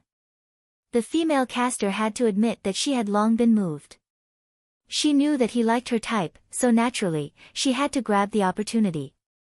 But she hadn't expected that he wouldn't give her any face at all. He only said one word, no. Then, he walked toward the elevator. It wasn't a good time for her to strike up a conversation, there were other casters coming over. Rather than letting everyone notice him, it was better for her to take a step back. Some of them liked to snatch investors, so she had to guard against them. Shui Yaoyao's perception was actually wrong. Even if the other party was full of immortal air, he was still immortal. Everyone would think the same when they met someone they liked. There wasn't much difference. After Jiang Zhe entered the elevator, the smile on his face disappeared completely. It was as though there was a heavy object pressing down on his chest. It was only when he walked out of the elevator that the heavy object on his chest seemed to be removed. But there was still no response from his phone. The message he sent was like a stone sinking into the ocean. Did that person not see it, or did he want to be with someone else, so he didn't even reply? 1 minute, 2 minutes, 3 minutes. Jiang Zhe stood there, his phone still silent. He walked to the main entrance. After all, he had sent her a message to wait for him there. But obviously, she wasn't there. There were many fans walking back and forth, and the surrounding people were all discussing the competition. I think it was a fluke. I don't think so. Think about it carefully. Shui Yaoyao's teleportation, her ability to predict CK's position, and the timing of the Tyrant King are all very accurate. This isn't something anyone can do. I have a feeling that Shui Yaoyao might have predicted CK's character this time. In this game, there are many supports, but there are only 2 that can counter them. Although Shui Yaoyao's support has been weakened this season, it can still counter the support. I don't understand what you're talking about, but it's good that you won. In the past, I always felt that she was just a decoration in Supreme Alliance. 23333, you should have heard Almighty Z's call. Everyone has their own role in the team. Don't underestimate even the smallest support. I realized why you're always insulting me today. Because I play support too. To be honest, I'm a fan of Shui Yaoyao. She has finally found her place in Supreme Alliance. Don't you think that after seeing her, you want to work harder? Chapter 1179. When he heard the 2 passers-by discussing the last sentence. For no reason, Jiang Zhe wasn't in a good mood. It was probably because the temperature outside was getting colder. It didn't feel like summer anymore. Even the air was filled with haze. Jiang Zhe didn't wear much when he came, hence, he felt the chill. As he listened to their discussion, his eyes deepened. Then, his phone rang. Jiang Zhe finally moved, but when he saw the WeChat profile picture, his breath turned colder. Young Master Jiang, are you cold standing outside? Do you need me to send you some clothes? We have some clothes in the live stream room, some for boys. Jiang Zhe didn't take a second look and closed the WeChat message. The female caster was disappointed because she was standing in front of the floor-to-ceiling window on the third floor and could see what was happening below. But she didn't give up. After all, she had been able to add this person's WeChat because of her work. The temperature outside was getting colder. In fact, it hadn't been long since Jiang Zhua sent the message. But this time, Jiang Zhua lost all his patience. With a cold expression, he stuffed his phone into his pocket and walked in the direction of the car. The driver was surprised to see his young master return alone. After all, he was here to meet Missy and bring her home. Why was he alone? But as a driver who had been with the Jiang family for many years, he knew what he should and shouldn't ask. It was still noisy outside. Even if it was a small-scale solo competition, there would be a group of people watching. Most of them were young. After all, Hero was much younger than Final Fantasy and standalone CS. It was normal for there to be some noise. Jiang Zhua turned a deaf ear to all of this, including the names of the two people. He leaned against the back of the seat and tugged at his collar, allowing Uncle Wang to drive. At this location and time, there would definitely be a jam. The car couldn't move and could only wait for someone to pass first. Under such circumstances, Jiang Zhua rolled down the window. He wanted to take a breather, but he inadvertently glanced at the two people in uniform not far away. In an instant, he didn't know what was going on. His heart suddenly ached. It wasn't that she didn't have time to reply to his message, but she probably didn't want to. After all, she had never acted like this in front of her. She turned her face sideways and put the earphones in the boy's ears. The two of them listened to one phone and stood there casually, giving people a sense of intimacy. He could even see her lowering her head and smiling. Her face was still red as she reached out and tucked her stray hair behind her ear. Jiang Zhuo subconsciously clenched his fists. At the crossroads, the traffic lights changed. There were people coming and going, and the car could not leave. Shui Yaoyao saw Jiang Zhuo sitting in the car. He seemed to be incompatible with her, and even his bones were permeated with a noble aura. He sat in the back seat with his usual casual posture, just like when he appeared in front of her again after he learned that her mother would marry into the Jiang family. He also sat like this, giving off a feeling of superiority. However, he had the capital to be high and mighty. The driver was still Uncle Wang. Uncle Wang also noticed her. Shui Yaoyao was walking away. Chapter 1180. He looked as though he didn't like seeing her at such a time. Shui Yaoyao guessed that he was probably unhappy that she had interrupted his date and mentioned that she was his sister. After all, he had never been willing to admit it. Shui Yaoyao didn't make things difficult for Uncle Wang, nodding towards him as a greeting. Her retreating made Jiang Zhua even more frustrated. Fortunately, he could still control himself. Even if he really wanted to ask her how he, Jiang Zhua, was lacking compared to a boy. Did she know how cold it was outside and how long he had waited for her?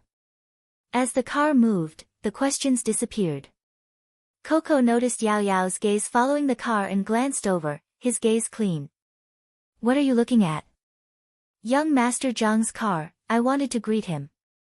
Shui Yaoyao turned over. We seem to have interrupted his date just now, he doesn't look too good, he must be unhappy.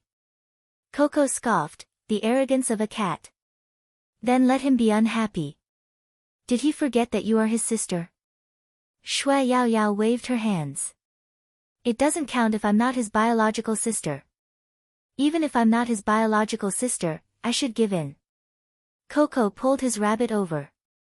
You are our sister Yao. Shui Yaoyao glanced at him, replying slowly, I remember I'm a month older than you, young man. F***ck, why do you have to be so clear? This song is really nice, I'll use it for the background music in the next live stream. Coco cleverly changed the topic. Shui Yaoyao didn't continue, turning to ask, didn't you say you were waiting for me? Where are the others? Fox Feng is probably held up, Uncle Ian and the rest are in the car, the only ones who aren't in are Lin Feng and Yun Yun. Uncle told us to wait for them here. Coco paused and said meaningfully, I have a feeling that the two of them want to talk about something alone. Otherwise, why aren't they out yet? Shui Yaoyao choked, but even she could sense that the relationship between Almighty Lin and Almighty Yun was different from before. Was it true that they were a couple? She could only ask this question with her eyes. Coco bit the rabbit ear in his arms and muttered, how scary, I'm the only straight guy left in the team, this will cause misunderstandings. Shui Yaoyao. To be honest, you're the one who looks the most like a gay in the team. However, it did take quite a long time. Shui Yaoyao took out her phone to check the time. Unexpectedly, when she turned on the screen, she saw 2 WeChat messages in silent mode. They were all sent to her by young Master Jiang. The first was position. The second message was 3 words, come here. The message was sent 20 minutes ago. 20 minutes. At that time, she seemed to have just gotten off the elevator. Shui Yaoyao looked up at the main entrance on the west side. She thought about the car that had just driven past her. No wonder he looked a little angry. It was probably because she didn't go to the designated place according to his instructions and made him wait for a few minutes on the 10th. She knew Jiang Zhua. Except for the person he wanted to wait for, he was willing to pay the time.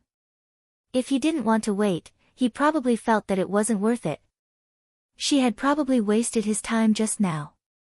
But Shui Yaoyao couldn't figure out why he was looking for her. Was it because he called her brother just now? It was highly possible. Shui Yaoyao looked at the WeChat page. She wanted to reply, but since he had already left and she was angry, there was no point in replying. Chapter 1181. The car was silent. The chauffeur could sense that his young master wasn't in a good mood. He had intended to return to the Jiang family, but his young master had changed his mind and wanted to return to his own place. After Jiang Zhua returned to his room, he didn't turn on the lights. Instead, he walked to the sofa in the living room and sat down, the back of his head resting on the sofa as he stared at the ceiling. He had never done such a thing before. However, he didn't know why today was different from usual. The surroundings were too quiet. It was so quiet that he didn't know what he was doing. Even his eyes were a little empty. When he closed his eyes and opened them again, he seemed to have thought of something. He suddenly stood up and kicked the trash can to vent his anger. After a loud bang, everything returned to silence.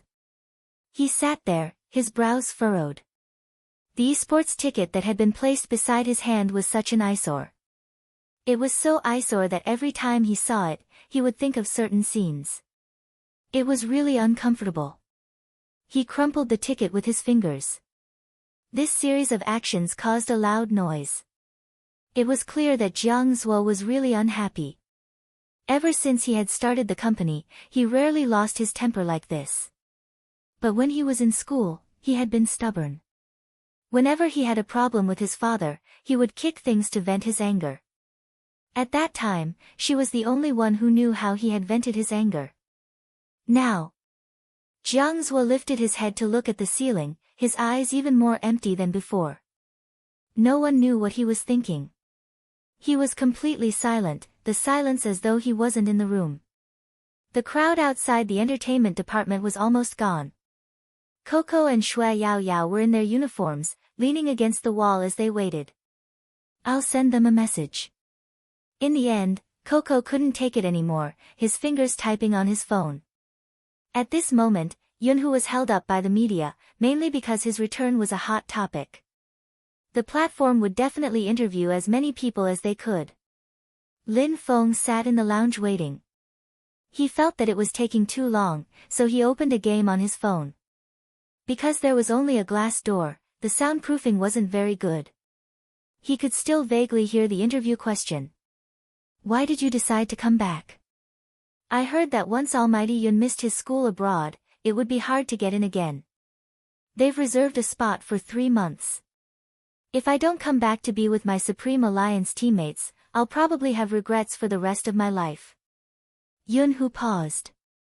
Compared to my studies, there's someone more important to me here. Damn. This was Lin Feng's first reaction. After all, every time Yunhu said that, the reporters would definitely link them together. As expected, the interviewer's voice rose. Could the most important person be our Lord Lin Feng? Lin Feng reached out and rubbed his ears. There was really no creativity in the interview at all. Yunhu was very cooperative. He replied. Everyone in the team is important. Almighty Yun is being bureaucratic again. Alright, I won't waste any more of Almighty Yun's time. Master Lin Feng should have been waiting there for a long time. When Lin Feng heard this, he thought to himself, you've finally found a topic to write a couple about, right? Indeed, the topic of the CP would definitely be read more than the news of Almighty Yun returning to China alone. The interview was over. Chapter 1182. His broad shoulders made the simple black uniform look straight and stylish. It was no wonder so many people wanted to interview him. Lin Feng stuffed his phone into his pocket and was about to stand up. The person who was walking over suddenly bent down and landed in front of him. He placed his left hand on the chair he was sitting on and said slowly, "Why, are you in a hurry?" In an instant, Lin Feng seemed to be enveloped by him. The man's beautiful chin appeared in front of him, accentuating the black uniform. He felt that the distance was a little too close. He adjusted himself instinctively and wanted to stand up. Nonsense, of course I'm in a hurry. Coco and the rest have been waiting outside for a long time. They even sent me a message. Let's go, let's go. With that, Lin Feng took a step forward. Wait a minute. Yunhu spoke again, his tone calm. Ever since I came back, you didn't seem to express anything. Express anything? Bring him out for a meal or a night at the internet cafe? This was just the beginning. Lin Feng was still standing there thinking. Yunhu had already stretched his hand out. Lin Feng didn't know what he wanted to do or if he was crazy. He leaned forward and fiddled with Yunhu's arm. In that instant, the aura from his body intensified. Lin Feng said, F***ck, what exactly do you want to do? There was a hint of laughter in his tone. Basically, when guys got along, they would have a catchphrase. Why? I'm scared. Yunhu was still adjusting.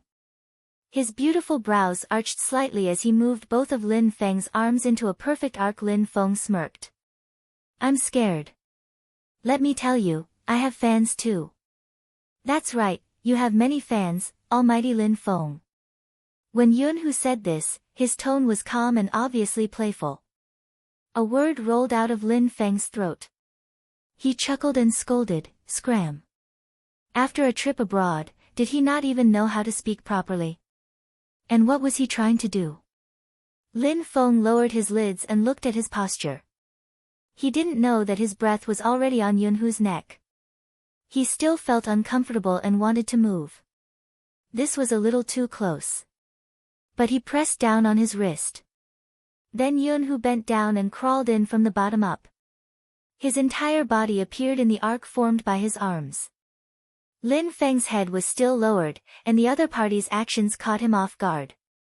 Even his thin lips touched the other party's ear.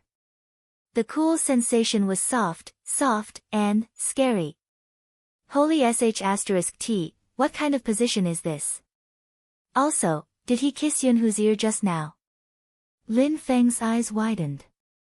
His first reaction was to turn his face away. Otherwise, who knew where his lips would touch? Really, your sister? Lin Feng's heart clearly couldn't calm down. His lips still lingered on that unusual feeling. Although it was cold, her lips felt a little hot. She didn't know why. Lin Feng clenched his fists tightly. Even his fingertips felt intense. F***ck me. Calm down, it's just a touch, a light brush, it shouldn't be a big deal. Lin Feng coughed lightly. Chapter 1183. In an instant. Lin Feng's face turned red. F***ck, did your language teacher teach you? Do you know how to use adjectives? I just touched you, that's a touch, bro. Lin Feng had never felt so awkward before. Oh, Yunhu replied nonchalantly. Then he laughed. His laughter seemed to travel from his ears to his heart. The two of them were really too close.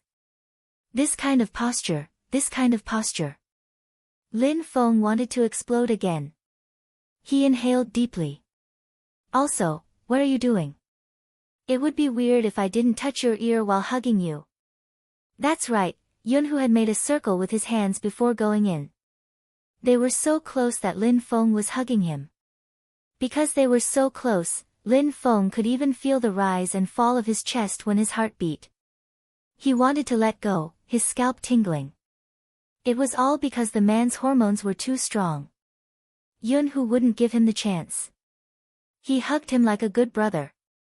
Then he lowered his head and whispered into his ear, "Why? Didn't you cry when I went overseas? Now that I'm back, I'm hugging you to comfort you." Lin Feng couldn't find fault with Yunhu.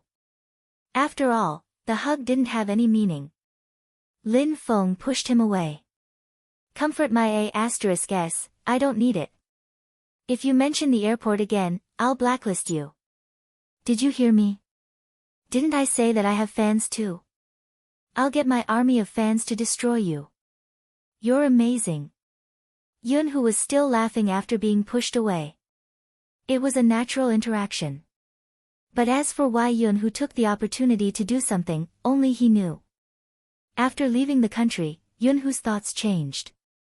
In the past, he was afraid to express his thoughts because he would hate him so much that he wouldn't even want to meet him. Now, Yunhu only had one thought, to turn him gay. So what if he was straight? He didn't think about it, but it didn't mean that others didn't. Yunhu gradually understood that it was one thing to convince him in his heart, but it was another thing to watch him walk closer to someone else and be unable to control himself. Since Supreme Alliance could be reformed, nothing was impossible between the two of them. Even if it was impossible, he would make everything possible. Lin Feng didn't know what Yunhu was thinking about. He just felt an indescribable heat from the small space they were in. Damn it, was today's weather forecast a lie? Didn't he tell them that the weather would turn cold after autumn? He even reminded them to wear more clothes. Why is it so hot? Lin Feng turned his head away. After putting some distance between them, he felt much better. Go down. Yunhu's voice came from behind him. Lin Feng replied with an N. Both of them were wearing black uniforms with silver logos. No matter how one looked at them, they looked cool and dashing. There were still fans waiting outside. Indeed, the reason there were so many fans at the venue was because Yunhu was back. They wanted to take a look, which was why they hadn't left yet. Lin Feng hadn't expected there to be so many people there, and they were all Yunhu's fans. He arched a brow. When the fans saw that the two of them came out together, they cheered even more. Chapter 1184. This girl was special. Perhaps others treated Yunhu like a fan towards their idol. But this girl was different. During Yunhu's live stream, she had smashed many planes. That wasn't all, she had given other fans many red packets just to be the representative to send flowers. The atmosphere was just right. Sometimes, the hearts of fans were really strange.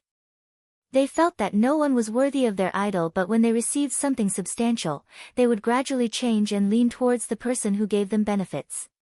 After all, idols were untouchable and the girl was by their side. Most importantly, she was beautiful and rich.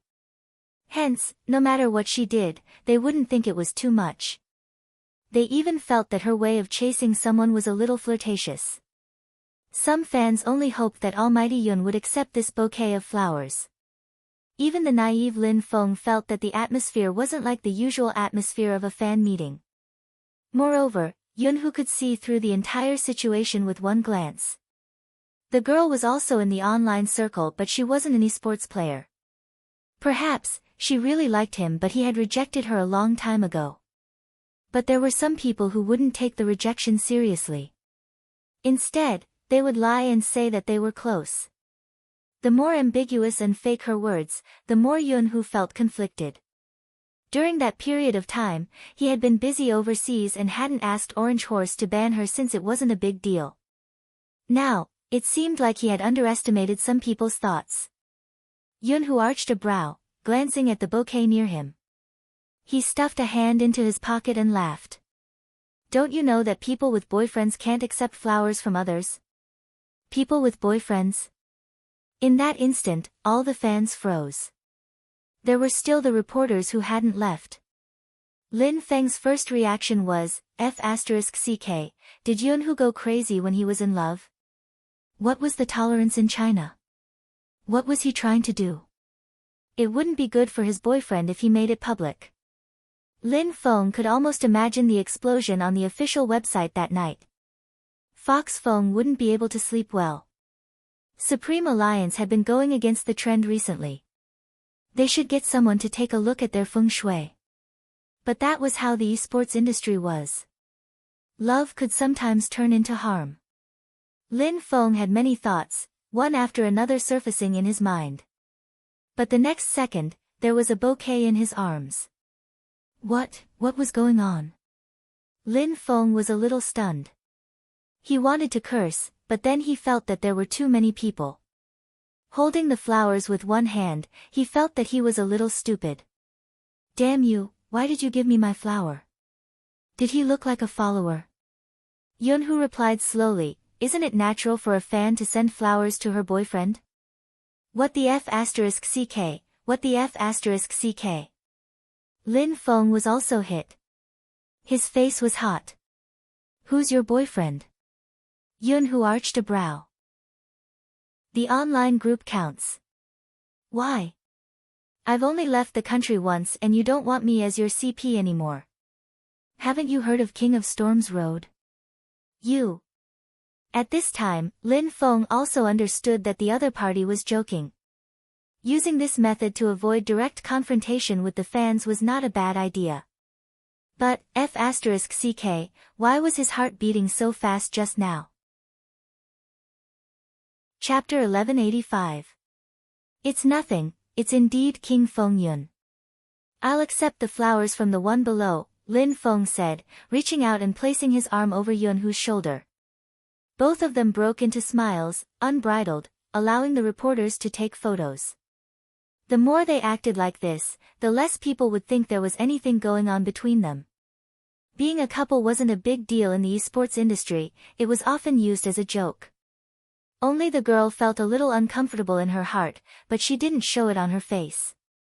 She looked at the two of them and lowered her head to send a message to a few other fans she was close with. They can't really be together, right? Impossible, it's a joke. Even if they are together, it doesn't matter, I'm a fan of this couple. The girl raised her hand. It's nothing, I just feel a little disappointed. That's true, Almighty Yun actually gave your flowers to someone else after receiving them. I feel like the two of you are too detached. Almighty Yun hasn't shown any response from the beginning. To be honest, I feel a little awkward watching you send flowers. How can you say that, isn't it because we like him? That's right. After listening to their conversation, the fourth girl didn't speak. Actually, she was a little confused. Back then, when she joined the chat group, it was because she wanted Almighty Yun to be better. Why did things change in the end? Unknowingly, someone had changed. She had been standing close to Almighty Yun and judging from his expression, he didn't like the flowers, which was why she realized she had gone overboard. She had been clamoring for Almighty Yun to accept her as a friend since they were all fans and would join in the commotion. But thinking about it, what was the difference between this and forcing someone to marry Almighty Yun? If Almighty Yun wanted to date, he could do it himself. They were causing a commotion in a public place. Fortunately, Almighty Lin was there, it was a good way to divert attention.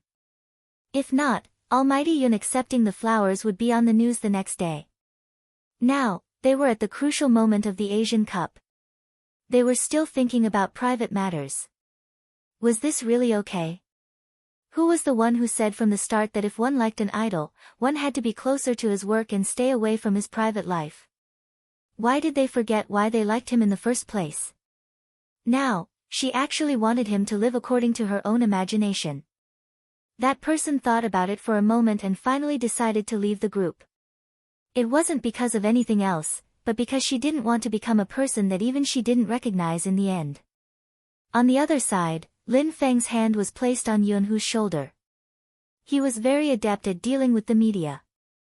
However, the warmth on his face couldn't be deceived. Yunhu created trouble for him the moment he came back. That was enough. Only when they entered the elevator did Lin Feng retract his hand. He coughed and looked at the flower in his left hand. He wanted to return it to its owner. Unexpectedly, Yunhu didn't accept it. Why would a man like me need flowers?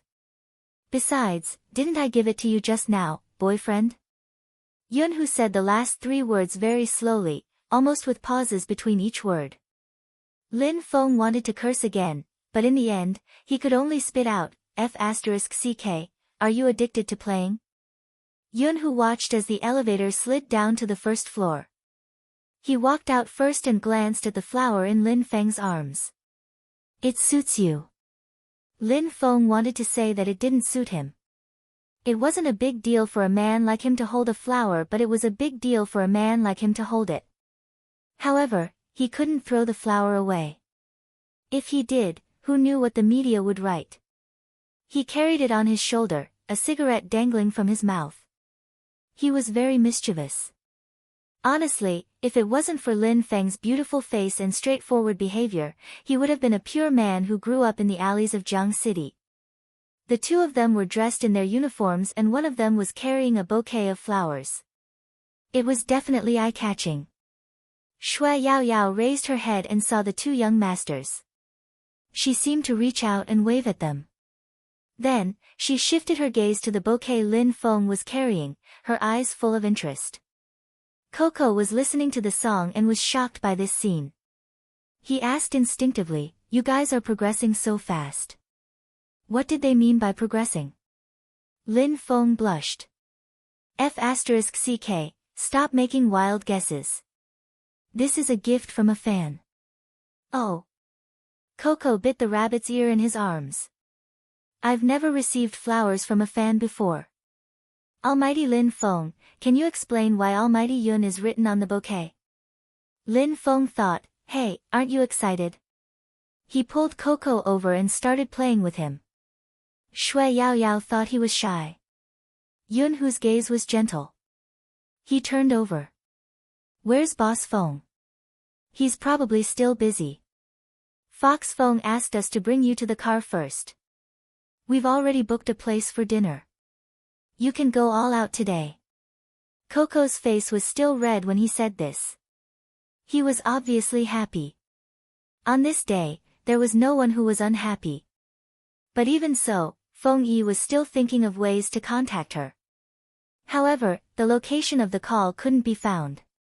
Actually, it wasn't because Bojiu didn't want to pick up the call. Instead, they were discovered the moment they finished their call. Prince was the first to react because the aura of the person standing with his back facing the light was too strong. He howled. He had wanted his brother to escape since they weren't there and it wasn't easy to punish them. Unexpectedly, before he could move, a gaze swept over him. Other than coldness, he couldn't feel any other aura. In that instant, Prince froze in midair. His limbs were stiff, much less his scalp. Right now, he only had one thought. They didn't seem like cousins. The person in his military uniform walked past him. He didn't seem like someone from the military, instead, he seemed like someone from a higher class. When the aura assaulted him, Prince froze even more. Fortunately, the person didn't stop. He probably knew his true target was in the forest. Prince heaved a sigh of relief. Finally, he heard the man spit out 2 words faintly, come here. Bojiu moved her sleeves and hid her phone in the sleeves of her uniform. She stuffed a hand into her pocket and walked towards Qin Mo. Prince was still in a daze. Where's the phone he was holding? Magician stood beside him. He wanted to say something but didn't. After all, he was impressed by this brother's courage. He actually dared to be alone with the person his captain liked. He even came to the forest for a secret rendezvous. To be honest, this was a suicidal move. You're awesome, brother. Chapter 1186. Very quickly, his premonition was proven true. The person behind him spoke with a unique indifference and nobility. Hand him over to the old general and let him handle it. Yes. Magician started to lead him away. Prince's eyes widened. F***ck, why did everyone know about his sudden appearance? Stop joking, he had already informed his uncle. Even his uncle wasn't sure which team he was in. What exactly was going on? Magician could tell what Prince was thinking from his expression. Brother, you're still too inexperienced. You're still young and inexperienced. Without the two of them, Qin Mo glanced down at the person in front of him. Qin Mo lowered his lids and looked at the person in front of him. He arched a brow and after a moment, he said, hand over the thing in your hand. Bo Jiu wanted to make up for it. What is it? Qin Mo reached out and grabbed her wrist, which was in her pocket. Then he pulled up her sleeves and pushed them up. Under his palms was her smooth skin. It was very warm, which made his gaze deepen. Bo Jiu's face heated up. She wasn't sure if it was because of the coldness from his hand or because of her guilt. Since she knew she wasn't going to run away with the phone, she decided to be honest. I didn't do anything to harm the team and I didn't contact Grandfather Butler. Regardless of who you contacted, you aren't allowed to bring any communication devices here. Qin Mo took the phone out from her sleeves. He smiled but the smile didn't reach his eyes. You guys are really capable. It wasn't a compliment. Bo Jiu felt that she had to push the blame away. Since Prince had the old general's protection, he shouldn't be afraid. It's mainly because of Prince's connections. That was the truth. Oh. Qin Mo replied slowly. Your friend will definitely cry if he hears that. Bo Jiu replied honestly, during a team battle, buying teammates is an appropriate way to ensure one's survival. It's also a strategy. What do you think are the chances of you surviving if you fall into my hands? Qin Mo asked coldly. Bo Jiu coughed. I won't do it a second time. Qin Mo didn't reply. Bo Jiu was about to move. Just then, Qin Mo spoke again. Come over. It's so close, and you still want to go over? Bo Jiu glanced up at the person in front of her and scanned the surroundings. When she realized that no one else knew, she roughly understood the Almighty's intentions. The Almighty definitely wanted her to coax him. Definitely. She knew very well what kind of thoughts those proud little princesses in the novels usually had. Bo Jiu smiled. She opened her arms and hugged his waist. Even though her face was dark, there was an indescribable youthful energy around her. Qin Mo paused. Then he reached out and hugged her. He was probably satisfied. His brows relaxed. The more she looked at him, the cuter he was. Bo Jiu wanted to stretch her claws and take advantage of him since it was a rare opportunity. Who would have thought that before she could even move her hand, that familiar breath landed behind her ear? Unhurriedly, he said, 10 laps with weights. Bo Jiu. Wasn't he acting coquettishly just now? What dream are you having again? Qin Mo pinched the youngster's face. He didn't use much strength. It was more like he was spoiling her, but his words had shattered her fantasy. Chapter 1187. Bo Jiu was confused. It would be great if the Almighty could just be his pretty boy quietly. Why did he have to speak? It wasn't beautiful at all. The moment she thought about it, her face was lifted up by him. He asked casually, do you want to kiss? MMH? Kiss? No. Even though that face looked very noble and abstinent when she looked at it up close, she resisted the charm and turned her face away a little. But she couldn't avoid it. He looked at her for a long time, then his lips suddenly curled up. He lowered his head, and his deep gaze landed on her lips. Then he moved closer. His intention was clear. Bo Jio's face heated up from his breath. She stayed in that position and placed her lips on the corner of his mouth. It felt soft. He didn't move. He seemed to be allowing her to kiss him, a faint smile on his face. It was obvious that he wanted her to do whatever she wanted. Bo Jio arched a brow. Just as she was about to move, her waist was lifted. His lips kissed her lightly. It was so lingering that it made her heart tremble. When the numbness spread, her legs turned soft. Fortunately, he was holding onto her waist. The kiss wasn't fierce. It was gentle, as though he was tasting something. Bo Jio's breathing was a mess. After all, the hand that went into her waist couldn't be ignored.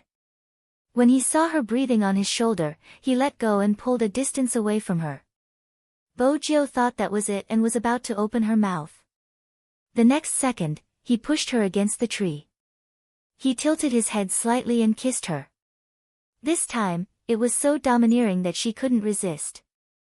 Bo Jio felt as though her entire body was on fire. When her skin touched his fingers, the slight chill and numbness made her heart beat wildly. When it surged up from her tailbone, she couldn't bear the heavy burden. She felt the breath on her lips. It was so hot and tempting.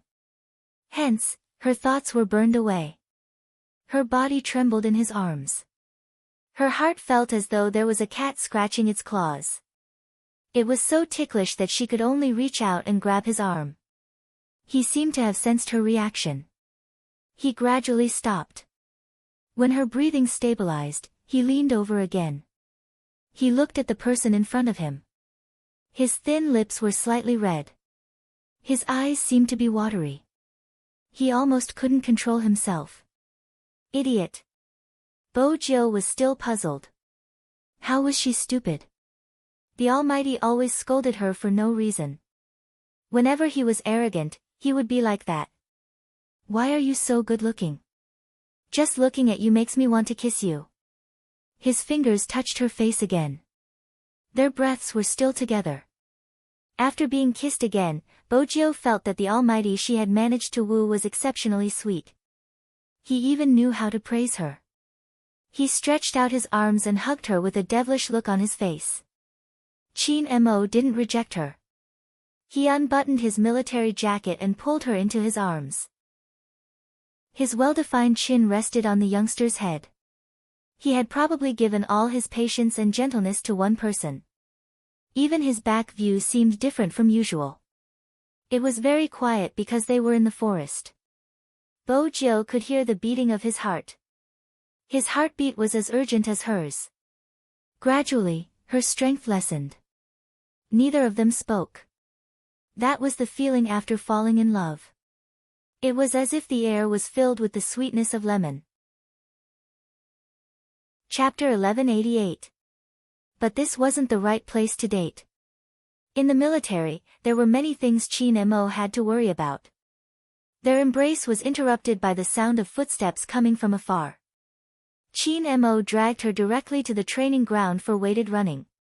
Her heartbeat hadn't calmed down yet, all sorts of emotions were running through her. She and the Almighty were really in love now, right?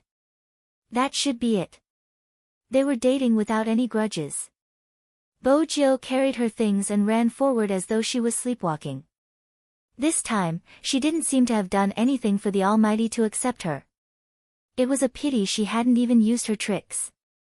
But she would probably be able to take advantage of him in the future. Now, she had to confirm their relationship. Once the overseas mission was over and she dealt with those people, she would find a chance to propose to the Almighty. Bo Jio's thoughts were always far-sighted. She was different from others when she ran with weights. Her steps were steady and she was familiar with conserving her energy. Hence, from afar, she was still a handsome youngster. But for some reason, her eyes kept glancing to the side. Her gaze swept past his perfect chin and landed on his thin lips, a layer of light. This was the kind of person who had kissed her just a moment ago. Bo Jio blushed, her heart racing. She wanted to kiss him back but she didn't have the chance. Prince was basically done with his scolding. After he was brought back, he received the same punishment. The military intercepted their messages and knew they didn't send any special messages. But such a mistake still had to be punished. In the military, punishment wouldn't be spared just because of their status. As a depressed prince, he couldn't understand why the fellow who was running with weights was so happy after being punished. Since when did this person become so enlightened? Standing not far away, Qin Mo, who was dressed in his military uniform, seemed to be laughing silently.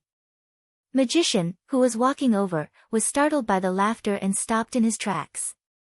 What was going on? In reality, Qin Mo was restraining himself since he couldn't be too obvious.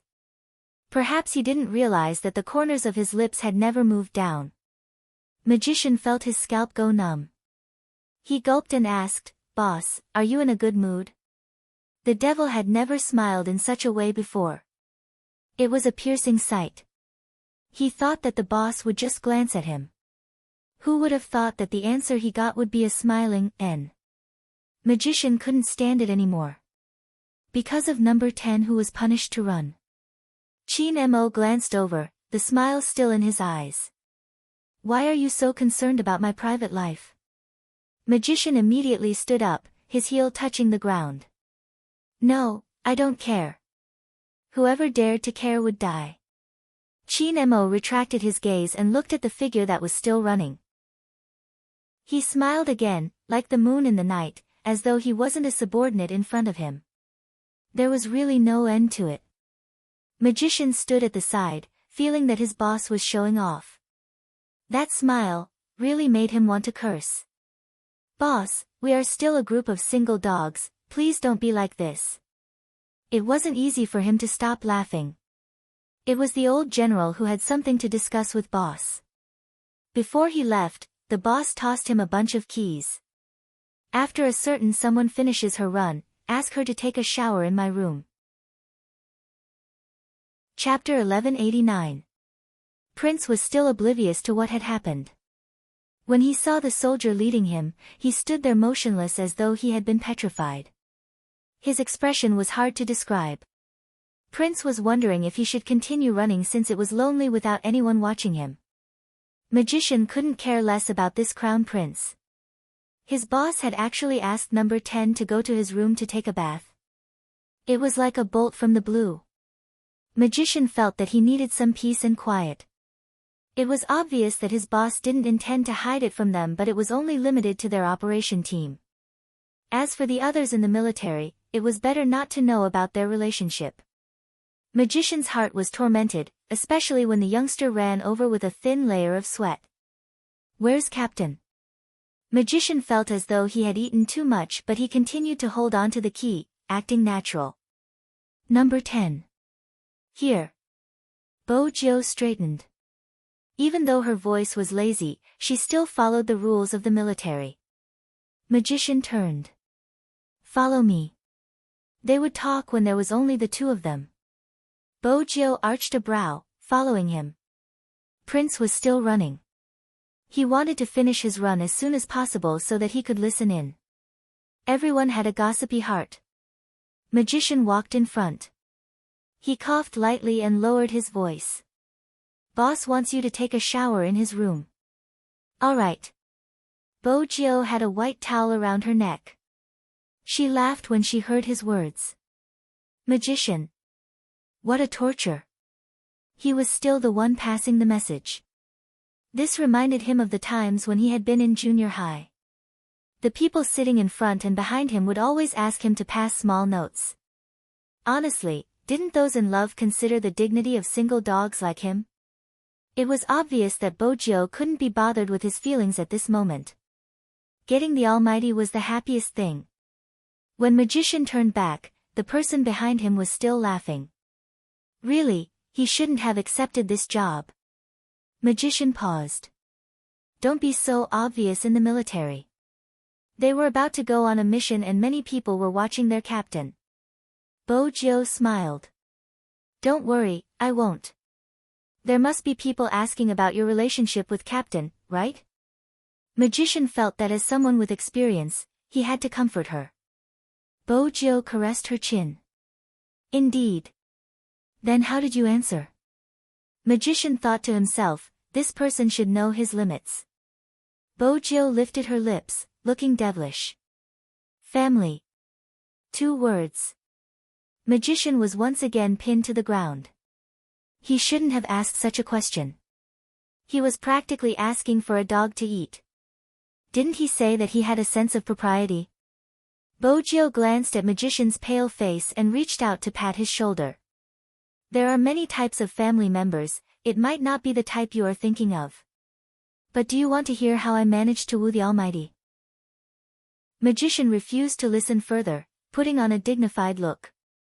I'll give you the key, you can go yourself. With that, he ran off in tears. It was too cruel. Bojo looked at the key in her hand. She turned it around twice, still not satisfied. She finally knew what it meant to like someone. Liking someone was when you wanted the whole world to know that you were together with him. Chapter 1190. Her hands were itching. In the past, if she had a phone, she would have posted an announcement on her official Weibo account. But now, without electronic products, she wasn't able to express her joy. The time on her wrist was still moving. Bojo glanced at it. There was still some time before the jungle PK. She walked around the side and towards the Lamborghini. At this moment, there wasn't anyone near the car. Actually, other than Bojo, there weren't many people who dared to appear nearby. Bojo used her voice to unlock the car lazily. She reached out to open the car door and sat inside. The intelligent system sent a wave of excitement. But the system still had a memory. After the previous 2 replies, Little Blackie didn't expect its owner to drive it away. I chased him. Bojo tapped her fingers on the steering wheel and laughed arrogantly. Isn't Daddy amazing? For the first time, Little Blackie didn't want to speak. What exactly was Master here for? The Almighty even praised me. You should know that it isn't easy for someone like the Almighty to praise someone. Bojo continued, do you think I should express something? I can't get high in the military. Why don't I ask Grandfather Butler to propose marriage to the In family? They are overseas as well. It would be more convenient. Little Blackie.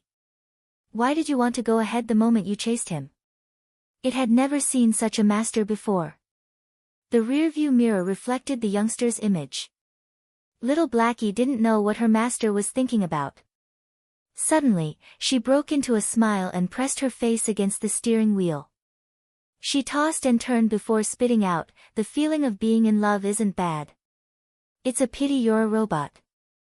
You probably won't be able to experience it for the rest of your life. As a car, Little Blackie couldn't take it anymore. Master, did you specially come here to show off your love? The youngster held her chin and smiled. The Almighty's kissing skills aren't bad either. I should marry him as soon as possible.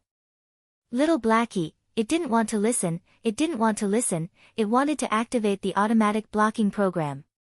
Wait a minute, F*CK, did Master press a button just now? It couldn't turn off automatically. Was she planning to let it listen from the start? Master, where was your humanity? It wasn't easy for Bojo to find someone who listened to her. Of course, she wouldn't let it go. Even if it was a car and not a person, she was going to share it with him. Her reaction was indeed rare. The heat on her face had not subsided since the beginning, and the sound of her heartbeat did not decrease even after they parted. They had just met, but she wanted to hear that person's voice again. That person had many identities. He was an esports god loved by countless people, a young major general with excellent marksmanship, and an expert criminal psychologist. After these identities faded away, he had only one identity, her boyfriend. Her boyfriend. Just the thought of it filled Bojo with sweetness. Even her smile was clearer than usual. She lazily leaned against the seat, her arms casually crossed. Dressed in a black combat uniform, she still looked very handsome. She had the vitality of a young man, but she couldn't help but feel happy. Qin Mo couldn't hold it in either. Chapter 1191. Qin Mo's smile didn't matter. The old general, who was sitting opposite him, almost got scalded by the tea in his mouth. Even his heart trembled. He turned and exchanged glances with the adjutant beside him. He was obviously asking what was wrong with him. The adjutant shook his head slightly, still in a daze. He was similarly shocked. In the past, the almighty devil would smile, but every time he did, it was vague. That kind of smile was definitely not a good thing. It was when he wanted to kick someone out of the army, throw some trouble for the chief to deal with, or anger the regiment commander who was stationed opposite him. In short, it was not a smile in the real sense of the word. Now, the adjutant felt as though his eyes were about to be blinded. The main thing was that the almighty devil didn't stop smiling. He didn't know what he was thinking. Cough. The old general finally couldn't take it anymore. He placed his fist by his lips and pretended to ask casually, "Are you in a good mood today?" "Am I?" When Qin Mo asked, the smile on his face disappeared. The old general didn't want to say anything else. "How dare you ask me? I'm already smiling so much. What do you think?" But such straightforward words could only be mocked in his heart. Did something good happen? The old general knew that he had to understand Qin Mo's thoughts before he went out for a mission. Qin Mo took a sip of tea and replied casually, "Same as usual." Damn it! Who would believe such a lie if it was told? The old general had a bad temper, but he couldn't do anything in front of Qin Mo. He treasured talents too much. "I asked my nephew just now. He isn't sensible. He didn't make any big mistakes, but the unit allows such small mistakes. Everything is done according to the rules and he will be punished accordingly." After hearing the bureau chief's words, Qin Mo suddenly said, "A little." "What?" The old general thought he was using the opportunity to kick his nephew away. Honestly, it wasn't a big deal if he really kicked him away. The mission was too dangerous. Qin Mo's voice was calm. "Don't let him go to any small forest in the future. It will cause misunderstandings." The old general was confused. He didn't understand why he said that, but it was a small matter. "I'll get the adjutant to talk to him later." "What do you think of his condition?" This was what the old general wanted to ask. Qin Mo placed his teacup down. "Very suitable." 3 words, no more, no less. The old commander had mixed feelings for a moment. Soldiers that Qin Mo took a liking to were always good soldiers. However, it also meant that he had to carry out that overseas mission. Qin Mo could sense the old general's thoughts. His gaze wasn't as bright as before. Instead, it was as dark as the night, giving off a sense of relief. "Don't worry, once I bring my soldiers out, I will bring them all back. Actually, I already had a premonition." The old general laughed and sighed. "To be honest, I'm quite proud that our Yi family has such a soldier. Don't think that he's just a hooligan. He really likes to stay in the army. I've seen his information. You guys have a pattern in selecting people." When he finished close combat and came out of the army, a psychiatrist contacted him in advance. Yes. Qin Mo didn't deny it. His psychological condition isn't bad. He has 70% more self-defense awareness than the other fighting champions. The old general smiled and said, "What exactly do you like about him?" "Skills and marksmanship. Of course, these aren't the main points. Most importantly, he gives off a feeling just by standing there," Qin Mo said slowly. The old general hadn't expected Qin Mo to pick his nephew because of his aura.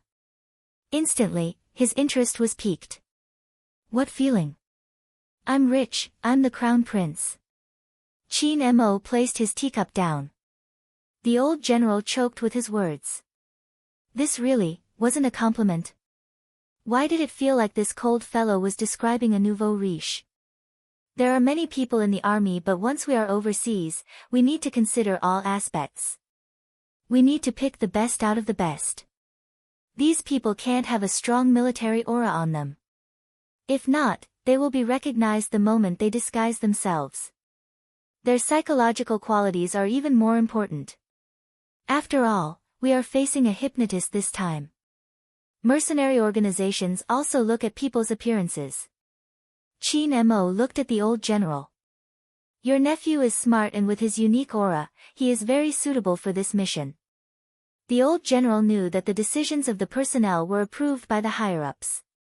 When exactly do we set off? Qin Mo's gaze was calm. At 2 in the morning the day after tomorrow, the operation team will disappear from the army with the excuse of a military exercise. It's a level 1 overseas mission, and it isn't suitable to expose your identity there. Hence, even the troops have to keep it a secret. I understand, I'll arrange everything. At this point, the old commander raised his hand and patted his shoulder. I'll leave Yi Long to you. Qin Mo stood up and straightened his military cap. His gaze was dark and his reply was a military salute. On the other side, Bojio had changed into a new combat uniform after her shower. She had brought all the equipment, and even her shoes had been changed to brown military equipment. A German military knife hung behind her waist. She was checking the ammunition for the last time. The ammunition wasn't real, it was specially used by the army for military exercises. If it hit someone, they would automatically be knocked out. But the impact was still there. It would hurt a little when it hit her face. She reached out and lifted the black mask on her face, successfully covering her young and handsome face. Only a pair of extremely dark eyes could be seen. At this moment, the sky outside had darkened. Bojio held her rifle with one hand and entered the forest from the back of the training ground. Other than Crown Prince, no one else had seen her whereabouts. Prince had been running with weights as punishment. When he saw the slender figure about to enter the area, he ran over and said, I have a feeling that the devil is hostile towards me. Can you persuade your cousin? I'm just an accomplice and you're the main culprit. How am I supposed to eat if I have to run so many laps? Bojio replied insincerely, if you don't eat dinner, you can lose weight. Also, you're thinking too much. Captain is so handsome, why would he be hostile towards you? How would I know? Prince was puzzled too, but as a good roommate, he had to remind the youngster. Pay attention when you go in. I think with that guy's sniping skills, he might be hiding there and waiting to shoot you in the head. Oh right, have you played online games before? You'll get lucky and get chicken dinner. That's the logic. Don't die the moment you land. Chapter 1192. Stop bragging. You're younger than me. How can you be more experienced than me? Prince replied nonchalantly. Bojio shrugged. Without another word, she leaped into the forest. Her speed was shocking. The Crown Prince, who had just raised his head, swallowed hard. He had wanted to talk to the other party, but it was really annoying for him to run alone while carrying weights. However, this guy really didn't have much of a chance of winning against that team sniper. The new sniper thought the same way. He had entered the forest earlier than Bojio. They had discussed and decided to enter from different entrances so that it would be easier to fight. That way, no one would be at a disadvantage. But when he had sent the sniper in, his roommate had said, Are you really going to fight him? Honestly, he's just a technical soldier. He can't be compared to you. There's no point in fighting him. It's purely to make him back off. It's also to let him know that in the last drill, he single-handedly defeated the team over there because of the sniper's cooperation. If this person doesn't even know these 2 points and stays in the army just because of his connections, there will be a lot of drawbacks when carrying out missions. Needless to say, the sniper was right. His roommate didn't stop him. The temperature in the forest was slightly lower than the training ground. It was because of the vegetation. The lush trees stood quietly, and the tips of the trees that seemed to pierce through the sky swayed gently with the breeze. The exposed roots on the ground intertwined with each other and grew intertwined, like brown pythons entwining together, making love to each other. In the depths of the dense and serene forest, the sounds of birds and insects could be heard from time to time. It gave the originally dull forest a mysterious vibe. Bo Jiao was dressed in the same color combat uniform. She held the rifle in her hands and bent her body to search for the best shooting spot. At this moment, the two of them didn't know that besides them, there was another group of mercenaries planning to invade from the north. There was this group of mercenaries because of the hostage rescue. It was all because of the hostage rescue. When Kawang, who was outside the border, heard the news, he opened his eyes that had been in deep sleep.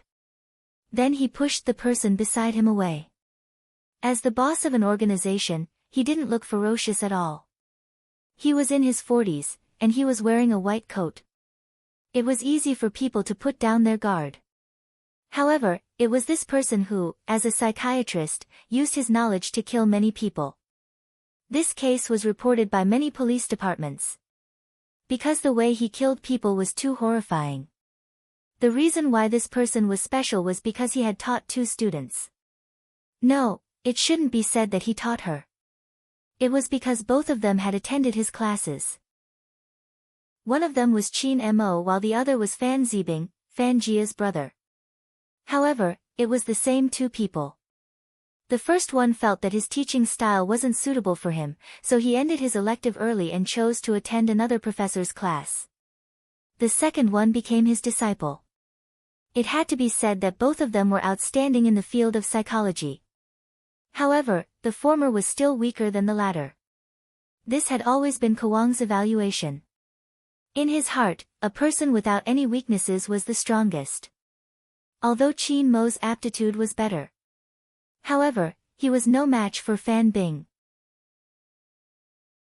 Chapter 1193. Zi Bing had been able to leave a psychological suggestion for Qin Mo before he died.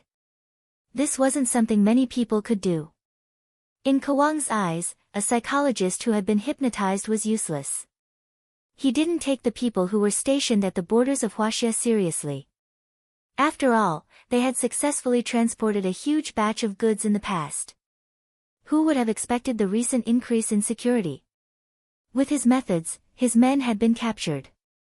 Kawang had heard that the ones who had captured him were a small team from the nearby army. He had heard that there was a person with good disguise skills. But regardless of whether they were good or not, they had dared to touch his men.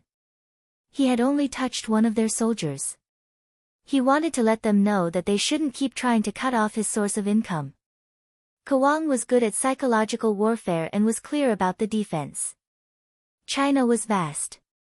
The uninhabited zone was many meters long and there were some places that couldn't be detected by radar. As long as they didn't enter China's airspace, it wasn't a problem to drive a military vehicle into the uninhabited zone. However, they were strict in terms of weapons. Kawang had already thought of a solution. It was just a few guns. This was the border after all.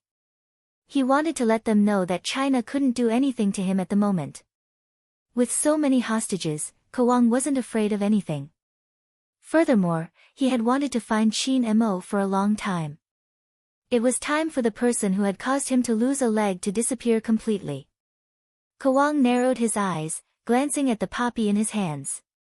When he lifted the corners of his lips, it was a smile but it gave off a sinister vibe that came from the depths of his heart.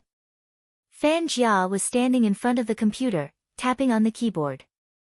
Kawang walked over. "How is it, have you found the person?" "Not yet, I don't know what happened to him, he seems to have disappeared." Fan Jia's eyes were filled with disgust when she spoke. Kawang was wearing a white coat, his gait a little crooked. "Are you sure this person means something to Qin Mo?" "I'm sure."